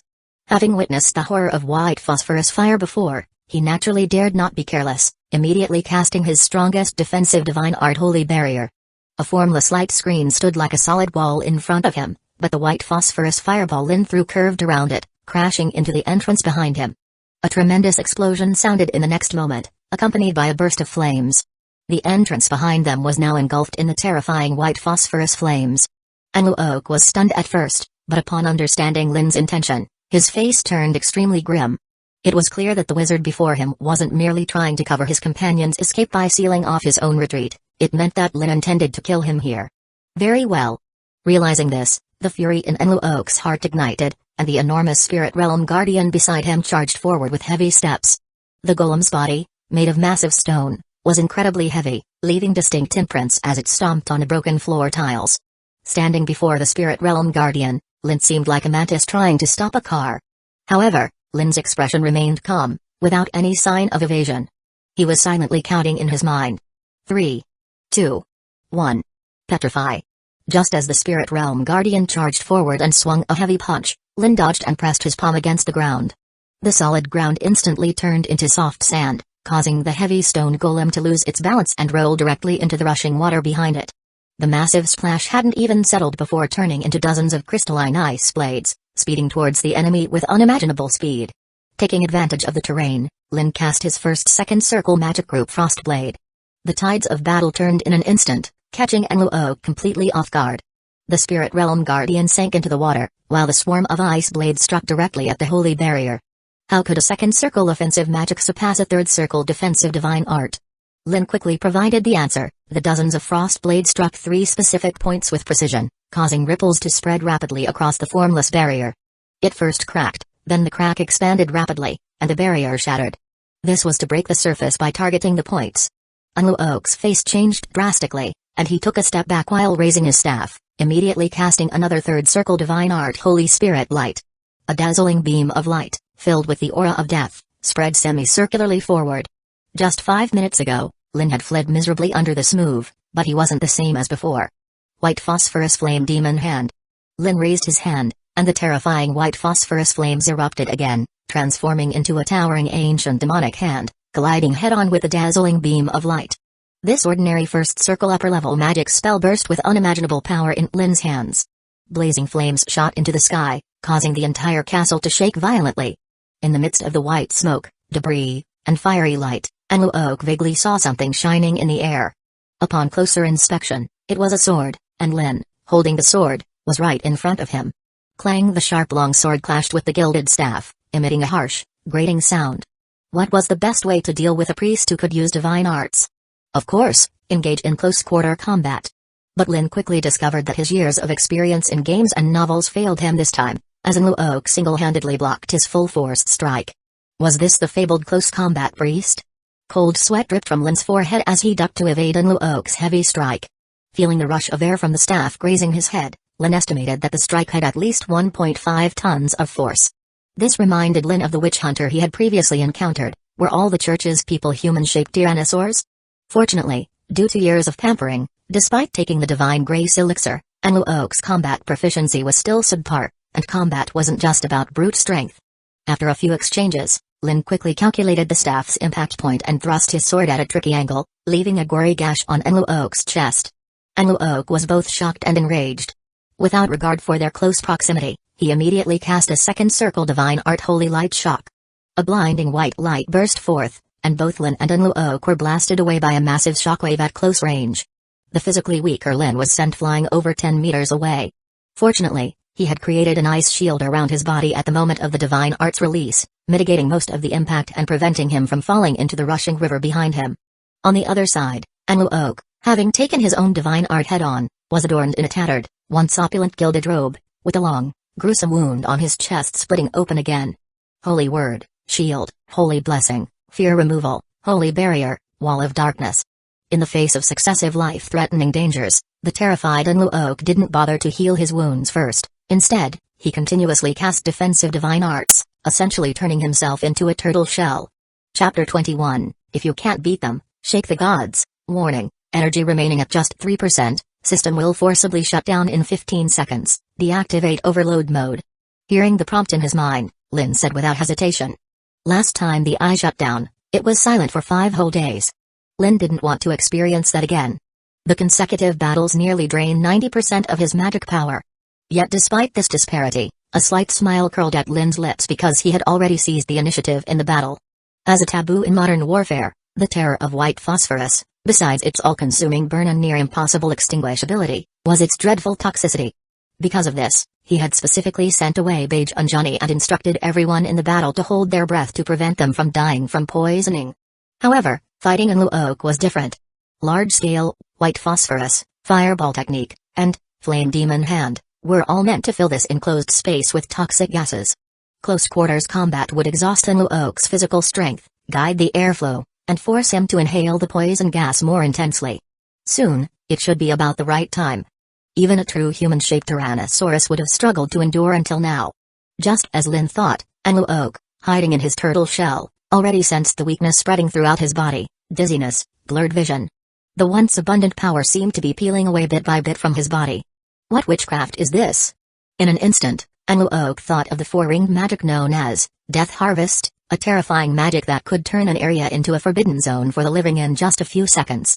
If the other party were a great wizard capable of casting 4-ringed magic, he would have already been dead the moment they crossed paths. It could only be poison. Enluoke immediately thought of this possibility. For instance, the 3-ringed magic, Poisonous Domain, could produce a large area of yellow-green poisonous mist with very distinct characteristics. Now it was clearly too late to use divine arts to remove the poison. Lin wouldn't miss the enemy's weakest moment and immediately used all remaining magic power. Magic, bombardment. In an instant, 36 magic missiles floated in midair. Lin even activated the 3-second overload mode again, quickly adjusting the trajectories. Faced with Enluoke's turtle shell tactic, Lin had no intention of engaging head-to-head. Instead, he chose to bypass the nearly invulnerable holy barrier, with the flexibility of magic missiles, attacking a weak point to send this bishop of the Nordland territory straight to hell. After 25 years, Enluoke once again felt the taste of death approaching. At this life-and-death moment, Enluoke became incredibly calm. He had no doubt he would die here today, but before that, he could still do one thing: send this young wizard, already a 3-ringed witchcraft practitioner, to hell. Great Lord of the Stars, Moon Goddess, Creator of Earth and Life, your humble servant prays here and offers his feeble body, requesting the protection of the Supreme Lord to descend upon this place. Enluoke chanted devoutly, aging a year with every word. His skin started to wrinkle, white hair cascaded from his forehead to the corners of his eyes, and his voice grew deeper and hoarser. In a daze, it seemed like a holy hymn sounded in the enclosed underground space, gradually overpowering Enluoke's voice. Before long, the entire space shook violently. Divine descent technique? Lin's soul almost left his body, and he squeezed out the words through clenched teeth. After arriving in this other world and learning that the church's priests wielded real divine arts, the thing he feared and most didn't want to face was the divine descent technique. Anything that could be called a god couldn't be overestimated. Even the projection carrying only a tiny fraction of its power would be enough to crush him with a finger. If you can't win, summon your god. Are these people even human? Cursing in his heart, Lin launched the preset magic missiles, without delay. Not daring to check if Enluoke was dead, he immediately jumped into the turbulent underground river behind him without hesitation. Over 30 magic missiles, following their predetermined trajectories, bypassed the sturdy, holy barrier, and struck Enluoke, colliding with a mysterious force. The successive explosions were like the last straw that broke the camel's back. The underground space, which endured countless hardships, began to disintegrate rapidly.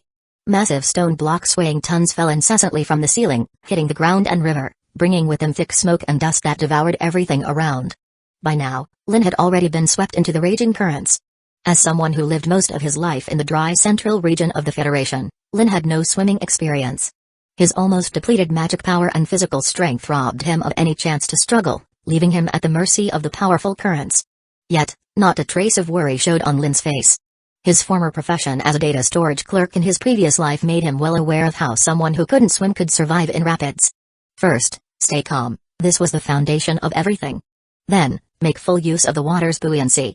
As everyone knows, the human body's density is greater than water, which is why people gradually sink after falling into water. However, before diving in, Lin had already taken a deep breath and then relaxed his whole body as much as possible, adjusting his center of gravity, and adopting a supine position to increase the contact area with the water's surface. This way, as long as he held his breath until reaching a slightly calmer area, he would naturally float to the surface. Based on this theory, Lin very calmly assumed the most standard supine posture. Even though his body was sinking slowly, he didn't mind, thinking it was just the current's influence. But as the sinking deepened, anxiety began to creep into his heart. Could it be that his backstroke posture wasn't standard enough? 071? What is happening? Lin couldn't resist calling out in his mind. The eyes prompt sounded next. According to the Federal Diving Safety Manual, Article 7, Section 32, beginners should not carry heavy objects when practicing diving, sir. Lin looked down at the steel longsword hanging at his waist and then sank straight to the bottom. Chapter 22, Sorry, aliens have no human rights. In the evening, as the last rays of the setting sun were about to fade away, Lin had been drifting at sea for almost a day. Given that this obstructive longsword was borrowed from Johnny, Lin hesitated for a long time and ultimately decided not to throw it away. Instead, under the simulation guidance of the intelligent brain, he spent 2 hours learning how to backstroke and dog paddle in the water.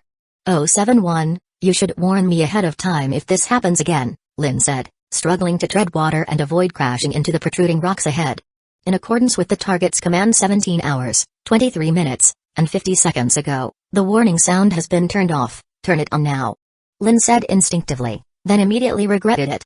You have an unresolved criminal record. Would you like to make an online defense statement?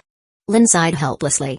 Almost facing the divine projection directly, he wished that Federation officers would come with spaceships to take him out of this wicked otherworld medieval setting.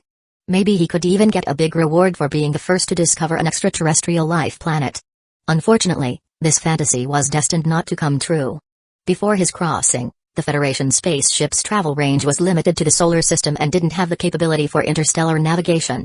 And without even receiving a signal, it was impossible for them to get here. Familiar with the operational logic of the intelligent brain, Lin thought for a while and suddenly said, 071, based on the available information, determine the current planet's location. This planet is detected to contain an unknown energy called magic power and is beyond the coverage area of the Uranus signal tower. Predicting that the current location is within a certain unknown star system outside the solar system in the Milky Way, it cannot be determined if it belongs to the same universe. Then please describe the definition of alien life form protection under the Intelligent Management Law. Lin asked again. The Intelligent Management Law has no clauses regarding the protection of alien life forms. 071's answer was very concise. Since the Federation had not discovered extraterrestrial civilizations during its exploration of the universe, it naturally did not have any clauses for the protection of alien life forms in the Intelligent Management Law. So you're saying that aliens have no human rights? In fact, I didn't commit any crime. Lin said seriously. The highly functioning intelligent brain seemed to stutter for a moment. After consuming 1,000th of its energy to compute, it gave the answer. Logical chain established, criminal record cleared. Upon hearing this, Lin finally breathed a sigh of relief. He realized that no matter what he did in the future, there would be no more annoying warning sounds. After all, the Federation's laws couldn't reach this other world. Lin made a silent vow that once he became an official wizard and could freely use magic power, he would definitely research whether he could modify this artificial idiot. As Lin was thinking, a scatter of lights appeared on the endless water surface in the distance. Upon closer inspection, a towering city wall emerged, with the fires he previously saw merely being bonfires on the battlements used for lighting. After floating on the water for a whole day, seeing something different made Lin a bit excited, but he didn't approach rashly. Instead, he decided to lawn nearby and investigate what this place was tomorrow. The previous battle outside Wu'er town had caused quite a commotion, and not all the people were wiped out. The news might have already spread. Lin had no doubt that the entire Nordland territory was on high alert. His hair color, age, and build were very distinctive, and without some disguise, he would probably be captured as soon as he entered. Realizing this, Lin changed his position from an effortless backstroke to an unskilled dog paddle, preparing to land and hide for now. Just then, something heavy fell from the high city wall ahead, accompanied by a dull sound and a splash. The ripples on the water surface gradually expanded, and it seemed something was struggling underwater. A person. Lin's pupils narrowed.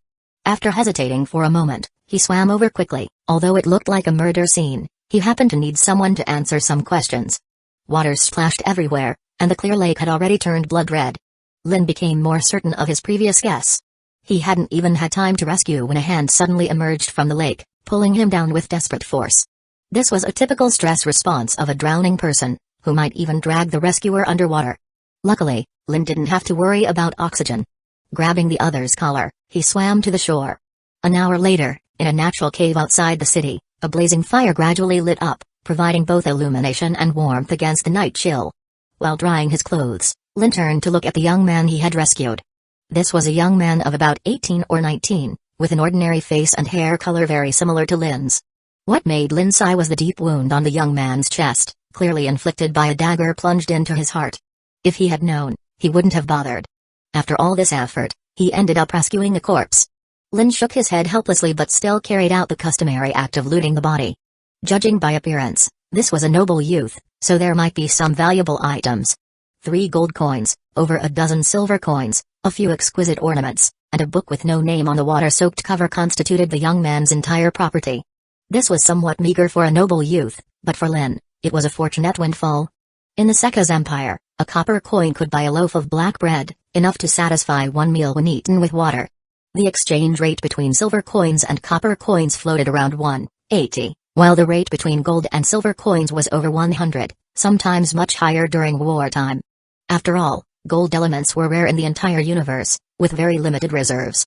Since the items were still here, the possibility of murder for money was unlikely. Lin tossed the coins in his hand. Although he wasn't a professional detective, after closely examining the chest wound, he paused, then mimicked the motion of holding a dagger and tried to stab his own chest at a similar angle. The angle of the wound was identical. Was this suicide? Lin immediately recognized the possibility. After some thought, he picked up the book he had overlooked and gently flipped through the water-soaked pages with his fingernail. The handwriting was very messy but deeply etched, almost like it was carved in. Maybe without me, everything would get better. Chapter 23, The Diary of a Useless Person, Training Again. No matter how many times I do it, I can't pass the selection. Why do you look at me with such expectant eyes? Father, it's that time again. July 824 of the Holy Calendar, the third night selection, faced Hiraer, defeated in 27 seconds, once again. Are you hating me, Aizen? I can understand your feelings. A useless person took the opportunity that belonged to you. If only it could be reversed, why not? Perhaps I shouldn't exist at all. Time ticked by. The bonfire in the cave slowly burned out after consuming the last bit of dry wood. The sudden darkness interrupted Lin's thoughts. Waving his hand, the twigs and fallen leaves piled at the side floated up on their own, filling the still glimmering woodpile. The next moment, the crimson flames jumped back to life, and Lin resumed flipping through the journal in his hand. No, in fact, calling it a journal wasn't quite accurate.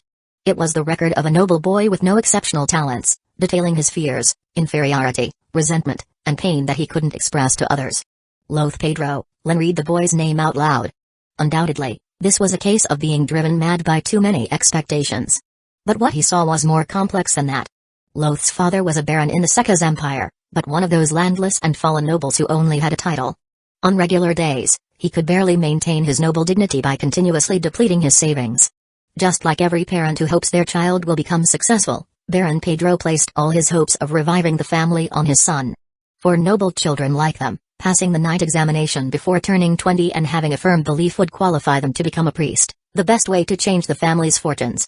For this reason, Loth underwent the strictest training from a young age, aiming to pass the night examination to become a clergyman of the church. Baron Pedro even spent a hefty sum to hire a formal knight to polish Loth's combat skills. However, Loth's talent was mediocre. No matter how hard he trained, it was all in vain. In the Nordland territory, only 3 priests and clergymen were selected each year, yet countless others harbored the same ambition. Among them were those more talented, more determined, and even more influential than Loth. Thus, since taking the examination at 16, Loth faced one disappointment after another. Under the weight of family expectations and harsh realities, he gradually became dull, quiet, and extremely introverted. His sister Ivina, on the other hand, was an exception. With decent talent, she mastered noteworthy swordsmanship simply by repeatedly observing Loth's daily sparring with the formal knight. However, for Baron Pedro, Ivina's displayed talent was merely a pleasant surprise. In the Seka's empire, there were indeed precedents for women to become nobles, but only under duress, like the absence of male heirs. Otherwise, daughters were usually tools for political marriages to expand the family's influence. Spending a lot of resources on them wasn't worthwhile. After all, the continuity of bloodlines was the essence of nobility, and choosing a female heir risked the family's amassed wealth being annexed or disappearing. Loth, unable to bear the pressure and expectations, probably intended to force Baron Pedro into making a choice through his death. To Lin, Loth's decision was undoubtedly a foolish move. He somewhat understood the nature of these nobles. According to the diary's description of Baron Pedro's character, upon learning of Loth's death, the Baron would only consider whether he could father another son or adopt an excellent heir from a collateral line. Ivina would always be the last resort.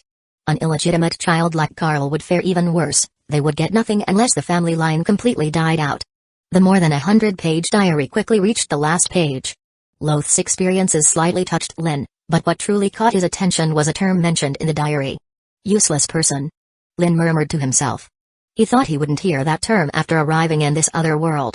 After all, here, even a farming peasant had exploitable value. Lin slowly exhaled, reorganized his scattered thoughts, and turned to look at Loth's corpse. Since he had accepted the other's belongings, he should bury him properly in a moment. 071, how much energy reserve do we have now? Lin asked in his mind. Remaining energy is 12.3%, energy concentration detected to be constantly decreasing, estimated to increase energy reserve by 1% every 10 hours, as expected. Lin glanced at the dim sky, not surprised by this fact. As he had hypothesized, Monday affected the activity of magic power. After a night of rest, the physical strength and magic power consumed in the previous battle had mostly been restored. From Loth's diary, Lin also obtained a very important piece of information. The place he was in was the port town of Nordland territory. This meant that the hidden underground river in the castle actually flowed directly to the Mist Sea. Unfortunately, to deal with Bishop and Hueco, he had already sent Johnny and Mage away in advance. Lin couldn't determine where the two witches had drifted. If their swimming skills were good, they could land anywhere, unlike him, who could only drift with the current and slowly learn to swim. Without communication, finding two living people in the entire Nordland territory wouldn't be easy. Avoiding the church's pursuit was also no small problem. Lin pondered for a long time, and a name suddenly leapt into his mind, Crippled Lord. Regardless of where Johnny and Mage were, as long as they still planned to go to Wizardland, they would inevitably come to the port town to try contacting Crippled Lord. Then he only needed to find this person first. Lin stood up, gazing at the distant towering city walls. Now, there was only one problem left, how to safely enter the port town. 071, bring up information on disguise and transformation techniques, preferably those that can be done with simple materials. Lin glanced at Loth, whose physique and hair color were very similar to his own. Perhaps he could temporarily borrow Loth's identity to fool the port town's guards. If he remembered correctly, besides the disguise techniques, there was also a spell in basic magic common that could handle this situation. Chapter 24, The Ship Gang, and Harbor Town. Harbor Town was situated to the east of the entire Seka's empire, renowned for its proximity to the vast Mist Sea. Due to the influence brought by Monday, the vortex known as the Eye of Death temporarily calmed, allowing countless merchant ships loaded with spices and ores to be transported directly to the capital of the Seka's empire, Vicnal, by sea and land. This was also the busiest time for the port. However, this year's situation was somewhat different. In order to capture the devil believers who had infiltrated the Nordland territory and caused chaos, an additional checkpoint was added at the entrance of Harbor Town. The passing merchant caravans had to line up in a long queue, accepting inspections amid a chorus of complaints. There shouldn't be any problems, right? Disguised, Lin felt a bit uneasy, constantly adjusting his voice to match the struggling and shouting he had heard during last night's rescue. This wasn't that difficult to achieve. The essence of sound was merely vibrations caused by a source traveling through a medium such as air, reaching the eardrums, which 071 had already recorded Loth's voice characteristics. All he needed to do was imitate it. And next, it was time to test his composure. With a complex mix of emotions, Lin crossed the long line of merchant caravans in the most natural posture, passed through the checkpoint without stopping, nodded to the guards, and walked into Harbor Town. The guards hesitated for a moment but did not dare to stop him. Who was that who just passed by? The priest Adrian, stationed at the checkpoint, noticed Lin's departing figure and asked with a frown. That was Lord Loth, the son of Baron Pedro, the guard answered truthfully. Adrian thought for a moment and immediately remembered. In recent years, Baron Pedro had donated quite a bit to the church to ensure Loth could pass the knight's examination successfully. He indeed had some impression. On the other side, having successfully entered Harbor Town, Lin's back was already drenched in cold sweat. At the moment he passed the checkpoint, he had even been ready to take action. Fortunately, everything went as he had hoped. His current identity was the legitimate son of a hereditary baron. It might not mean much in the entire Nordland territory, but in this small harbor town, it could still provide a lot of convenience. Having passed the most challenging part, Lin finally felt a bit relieved. But soon, the unfamiliarity of harbor town troubled him again, forcing him to spend a lot of time wandering around the port, silently memorizing every location while pretending to be very familiar with the area. It was not until noon that Lin cautiously walked into a shop marked with a circular symbol. If he was not mistaken, this was the emblem of the ship's guild, belonging to Lame Lord. The owner of the harbor shop was an elderly halfling. When Lin stepped through the door, he was busy moving a heavy barrel of yellow-black ore to the other side of the room. But due to his short stature, the heavy iron barrel was tightly pressed against the halfling's face, constantly wobbling as he walked, with small fragments of ore quickly shaking loose. Seeing this scene, Lin stepped forward to lend a hand, and the two of them together moved the large barrel of ore into the corner. "Thank you so much, customer." The elderly halfling, with a thick nasal tone, wiped his dusty hands on his pants and then turned to Lin, saying, "All right, now let's talk business. Welcome to Bill's little shop. No, I mean, what can I do for you, Lord Loth?" After seeing Lin's face clearly, the halfling Bill's casual attitude immediately turned obsequious. He almost lunged toward the counter, taking out several exquisitely decorated boxes from the drawer, which contained red and blue gemstones. "You can have a look at these, they are the finest this year. And a whole shipload of premium spices, rare treasures you won't find elsewhere," Bill introduced enthusiastically. But Lin, standing aside, waved his hand disinterestedly, interrupting him. "I didn't come here to buy anything. Quite the opposite, I have a batch of precious goods that need to reach Vicknell through the Mist Sea. I heard you can arrange a ship for long voyages and ensure the safety of the goods, right?" Lin asked tentatively. "Of course, everyone in Harbor Town knows the reputation of the ship's guild. Even those foul-smelling pirates wouldn't dare to intercept our ships," Bill boasted, patting his chest.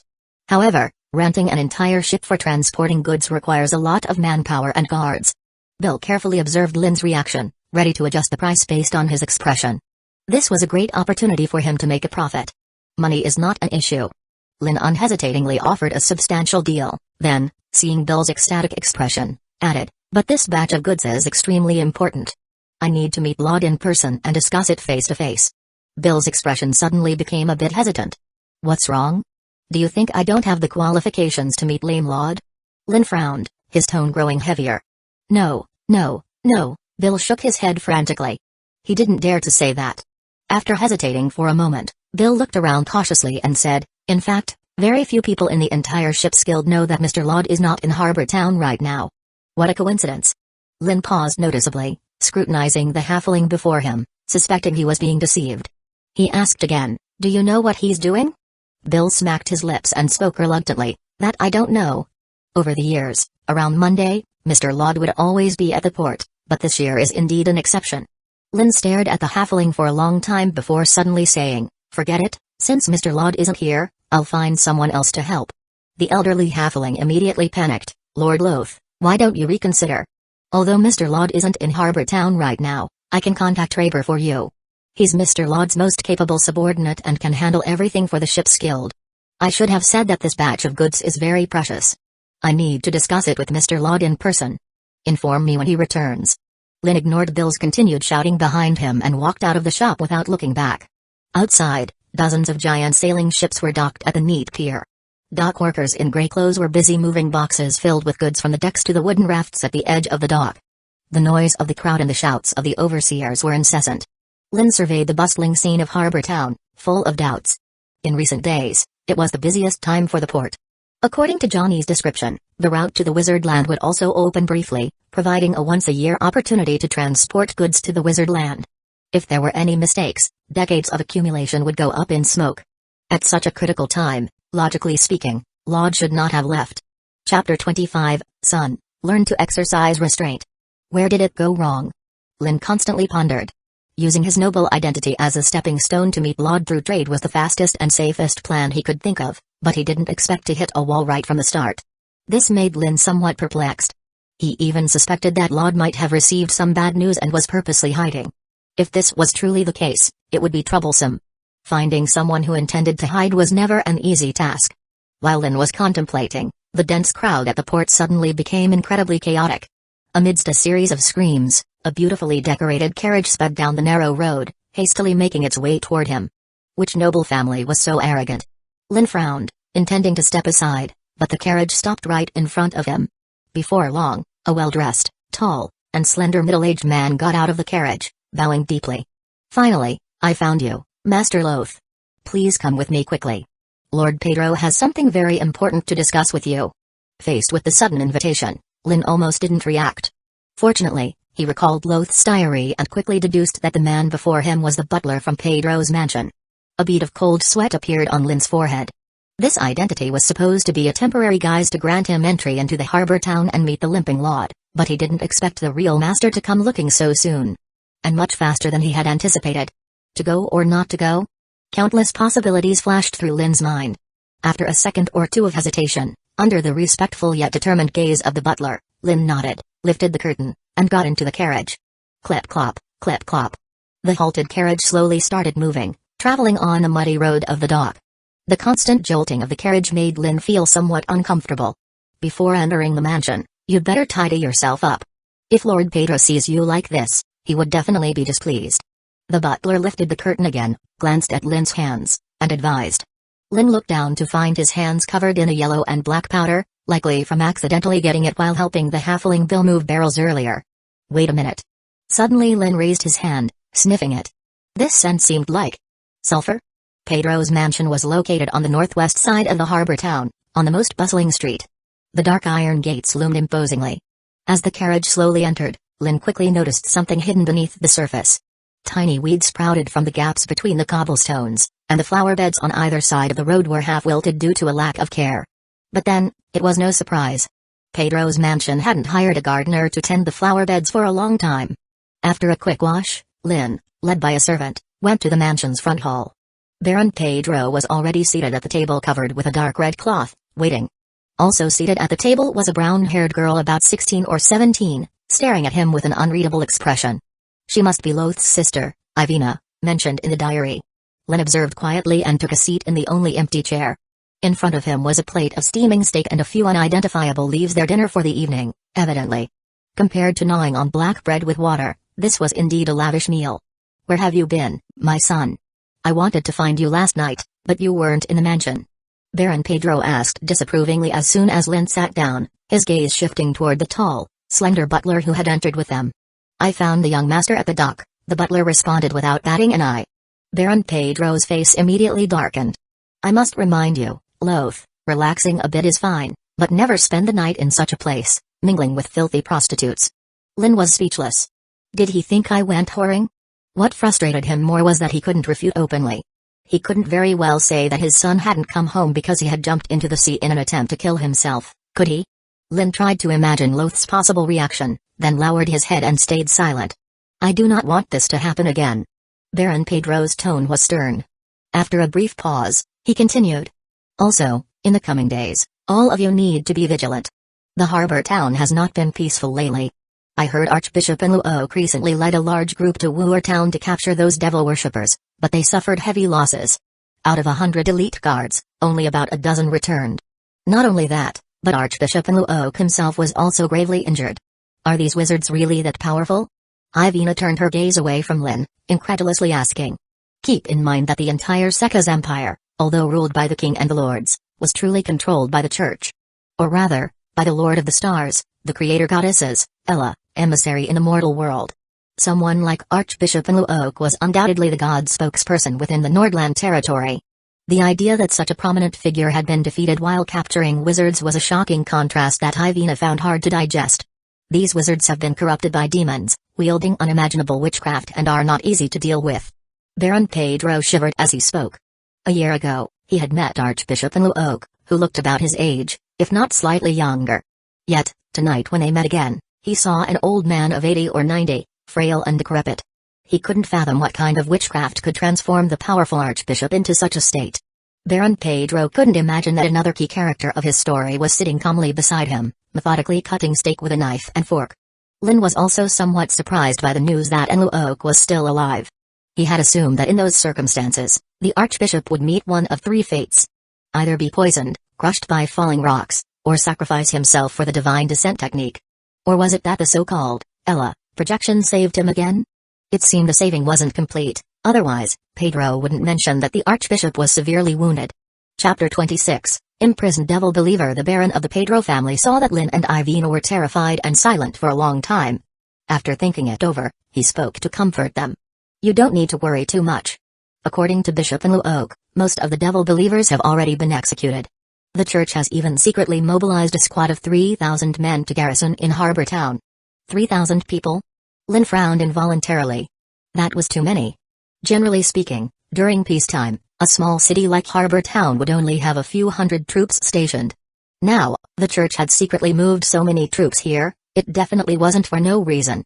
Lin couldn't help but suspect that it might be because Crippled Lord's identity had been exposed, and the church planned to wipe out the entire ship gang. Father, what does Bishop Hueco mean by this? Is he planning to start a war? Lin tentatively asked. The Baron of the Pedro family shook his head. It shouldn't have anything to do with war. However, I don't know much either. I've only heard that Bishop Hueco captured the wizard apprentice, who escaped before, on his way back to Harbor Town. They are now imprisoned in Harbor Town, awaiting public execution after Monday. Upon hearing this, Lin's expression immediately became serious. Could it be that Johnny and Mage were captured? Lin couldn't help but consider this possibility. When he sent the two witches away previously, their condition was quite poor. It was even uncertain whether they were forced to separate in the rapid currents. If the church had immediately organized a large number of people to hunt them down after that great battle, it wasn't out of the question that they might have captured them. Father, do you know who those imprisoned devil believers are? Lin couldn't help but ask. Afterwards, Lin immediately realized he was too eager and quickly added, I heard that witches are usually very beautiful. I wonder if the rumors are true. Absurd. Who told you that? The Baron of the Pedro family scolded angrily, those are just rumors. Listen to me, no matter what, you mustn't have any connection with those devil believers. In the Saga's empire, wizards were an absolute taboo. These devil believers possessed many bizarre forms of witchcraft and caused chaos wherever they went, practically a living disaster. In the midst of Pedro's harsh rebuke, Lin had no choice but to suppress his doubts temporarily. Now was obviously not the time to ask questions. After scolding him harshly for a few moments, the Baron of the Pedro family spoke again about the main matter. To deal with those devil believers, 2 priests unfortunately died in battle. While this is lamentable, it is also an opportunity for us. In other words, there will be at least 5 slots for this year's 9 assessment. Speaking of this, the Baron of the Pedro family looked at Lin with great anticipation. In 2 months, it would be the official assessment date, and if he could pass smoothly, it would give the Pedro family an opportunity to rise again. After eating, you should spar with Ivina again. Let me see how much progress you've made these past few months. Pedro said bluntly. Spar? Lin couldn't help but turn to look at Ivina, who was sitting opposite him at the dining table. The girl was wearing a black, slim-fitting long dress. The slightly open neckline revealed her fair neck and collarbone. Her shoulder-length hair was tied up at the back, with only a red ribbon hanging down her shoulder, giving her a very neat look. But her eyes were incredibly cold, and her gaze was as sharp as a knife. It would be better to hold back a little later, Lin thought silently. After all, in Loth's diary, besides holding the absolute advantage in strength and physical strength years ago, he had never won against Ivina once. On the contrary, the gap between them was still rapidly widening. His best record so far was losing within 23 moves. Here will do. After dinner, Pedro led the two of them to the practice field in the back garden of the estate and then signaled for them to begin. Lin changed into the training wooden sword and assumed a standard sword-holding stance. However, Ivina had already rushed over at a fast pace the moment Pedro spoke. So fast. Lin's pupils constricted. He only had time to raise his sword horizontally in defense before Ivina's wooden sword struck down from above. Clang, the wooden swords clashed, surprisingly producing a sound similar to metal striking metal. The girl twisted her body, and as her dress swayed, a roundhouse kick was already coming at him. Lin sidestepped to dodge, but Ivina was faster. A spinning sword move disarmed Lin's wooden sword, sending it flying into the air. Without pause, she swung her sword downward toward his head. The sharp wind whistling past his ear filled Lin with a sense of danger. This indicated that the girl's strike held no reservations. If he got hit, it wouldn't just be a simple injury. Raise right hand at a 37-degree angle, grip the wrist, reverse grip to snatch the sword. Lin's gaze became very serious. With the analysis of the intelligent brain, he instantly spotted the flaw in her sword's stance.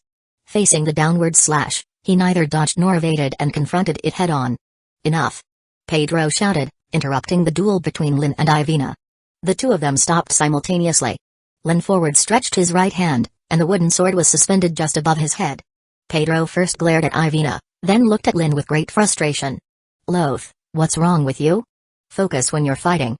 If you're in this state 2 months later, you might not even pass the first round of the night assessment. Lin silently withdrew his hand, realizing he had underestimated his opponent's strength. Although Loth had referred to himself as the useless one in his diary, in reality, he had undergone more than a decade of relentless training. An Ivina who could easily defeat him was bound to be much stronger. Get back in position and continue. The Baron's voice was cold, his expression extremely grim. Ivina stood still, as if she hadn't heard Pedro's words. Lin, on the other hand, took a few steps back and voluntarily widened the distance between them. At the same time, the prompt from the intelligent brain sounded in his mind. Activate overload mode? No. Lin rejected it outright. This wasn't a life or death battle, there was no need to waste energy here. Moreover, while the analytical function of the intelligent brain was useful, its effectiveness ultimately depended on his own abilities. Ivina wasn't like Hueco or that witch hunter he had encountered before. She was far from reaching the point where she could decisively crush him. She was just the right whetstone. The fight quickly resumed. Relying on the foundation laid by his original self, Carl, and extensive life and death combat experience, Lin successfully blocked Ivina's assault this time. Chapter 27, Are you finally planning to do something to me? My brother? Clang clang in the evening, in the backyard of Pedro Manor, Lin held a wooden sword and struggled to fend off the relentless onslaught of the young girl. Despite being mentally prepared, Ivina's ferocity still caught Lin off guard. Each move was merciless, aiming for vital points as if it were a battle of life and death rather than just practice. After the 21st move, the brown-haired girl swung horizontally again, knocking Lin's long sword to the ground. After several rounds, battling for nearly an hour, both Lin and Ivina had reached their limits. Their arms and shoulders, hidden under their clothes, were bruised from the slashes, and their physical strength was almost exhausted. Lin, who was not good at close combat, ultimately could not break Loth's record. Pedro, who was watching, did not mind much. He could see that Ivina's swordsmanship had improved slightly, so losing was normal. What pleased him even more was that Lin finally listened to him. During the battle, he was no longer as hesitant as before and fought with more sharpness. Stop, that's enough for today. Baron Pedro waved his hand, stopping the fight. His gloomy face finally showed a hint of a smile. Very good, my son. You've finally gained some insight. If you continue to practice like this, you'll have a 70% chance of passing the evaluation. This year, there were 2 additional slots for the night assessment, so the standards would certainly be lowered. Moreover, he had often donated funds to the church priests, so he should be able to pull some strings. Thinking of this, Pedro's mood improved.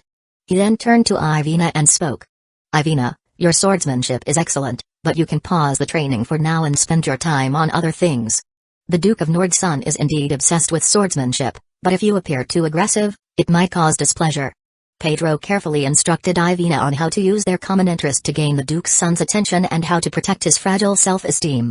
Pedro was quite satisfied with his daughter. Aside from being very beautiful, she also had an exceptional talent for swordsmanship. If she could capitalize on this to marry the Duke of Nord's eldest son, the family might have a chance to revive under his leadership. Listening to Pedro's words, Ivina gritted her teeth, her delicate face full of resentment and unwillingness. However, Pedro did not notice the young girl's expression. After his guidance, he no longer lingered. Due to the chaos caused by those devil believers, many important figures who usually couldn't be seen had appeared in Harbor Town. This was a great opportunity to make a good impression. After the Baron left, Lin looked at the brown-haired girl in front of him with a hint of pity. To have such a strong level of swordsmanship at the age of 16, Ivina must have worked very hard, probably hoping to gain her father's approval and change her fate. Unfortunately, Pedro always saw his daughter as a tool to curry favor with the powerful. Maybe after he left, Ivina's situation would improve a little. Thinking about it, Lin put away the wooden sword and was about to comfort her as a brother should. He remembered from the diary that Loth was still quite concerned about this sister. But before Lin could speak, Ivina raised her head, coldly saying, "Are you finally planning to act against me, my brother?" When the moonlight once again illuminated the night sky, a confused Lin was led back to his room by a servant. He couldn't figure out what the girl's last words meant, even after thinking about it all the way back. Who would have thought that the relationships in a small baron's manor could be so complicated? Forget it, this isn't my concern. Lin shook his head in resignation. Fortunately, he was only temporarily using Loth's identity and was not a family mediator, or he would definitely have a headache. In comparison, he was more concerned about the devil believers Pedro mentioned that the church caught while returning. Lin couldn't determine whether it was Johnny or Mage, or if both had been captured by the church. But one thing was certain, Hueco, who had suffered a great loss at his hands, was fully prepared. 3,000 guards were secretly stationed inside and outside Harbor Town, likely targeting him. In a few days, the church would probably spread the news about publicly executing the devil believers the day after Monday to lure him into saving them. Imagining himself walking into the church's trap unprepared made Lin shiver. Not to mention, 1,000 archers firing a volley would turn him into a porcupine. Springing a jailbreak ahead of time seemed like a good plan, as he could use transformation magic and disguise techniques to sneak in. As long as he could accurately identify who was captured and which cell they were in, Lin was confident he could get them out. Then he would need to consider how to escape Harbor Town. The more Lin thought about it, the more his head hurt. He wasn't really Carlin had no emotional bond with Johnny and the others, but having gone through life and death situations together, he still planned to save them if possible. 071, is there anything that can help me against 3,000 elite soldiers? Lin asked in his mind. The next moment, a long list appeared before his eyes. Dongfeng 180 missile, plasma railgun, antimatter bomb, high-energy rays, galaxy-class long-range battleship. I only have a few days. Give me something practical. Lin was speechless. If he could produce these things, he would have overthrown the Pope and transformed this dark alternate world into a bright medieval era long ago. Under such a request, the several-meter-long list immediately shrank to a few lines. Lin was quickly attracted by one of the pictures, reminding him of something he had seen in a Harbor Town shop. He had actually forgotten about it. After contemplating for a moment, Lin had a plan, but it was clear he couldn't do everything alone. He needed reliable allies. Law Delame. A familiar name resurfaced in Lin's mind. He was the easiest ally to win over in Harbor Town, with deep ties to the wizard and a low probability of betrayal. Now, the remaining problem was how to flush out this hidden old fox.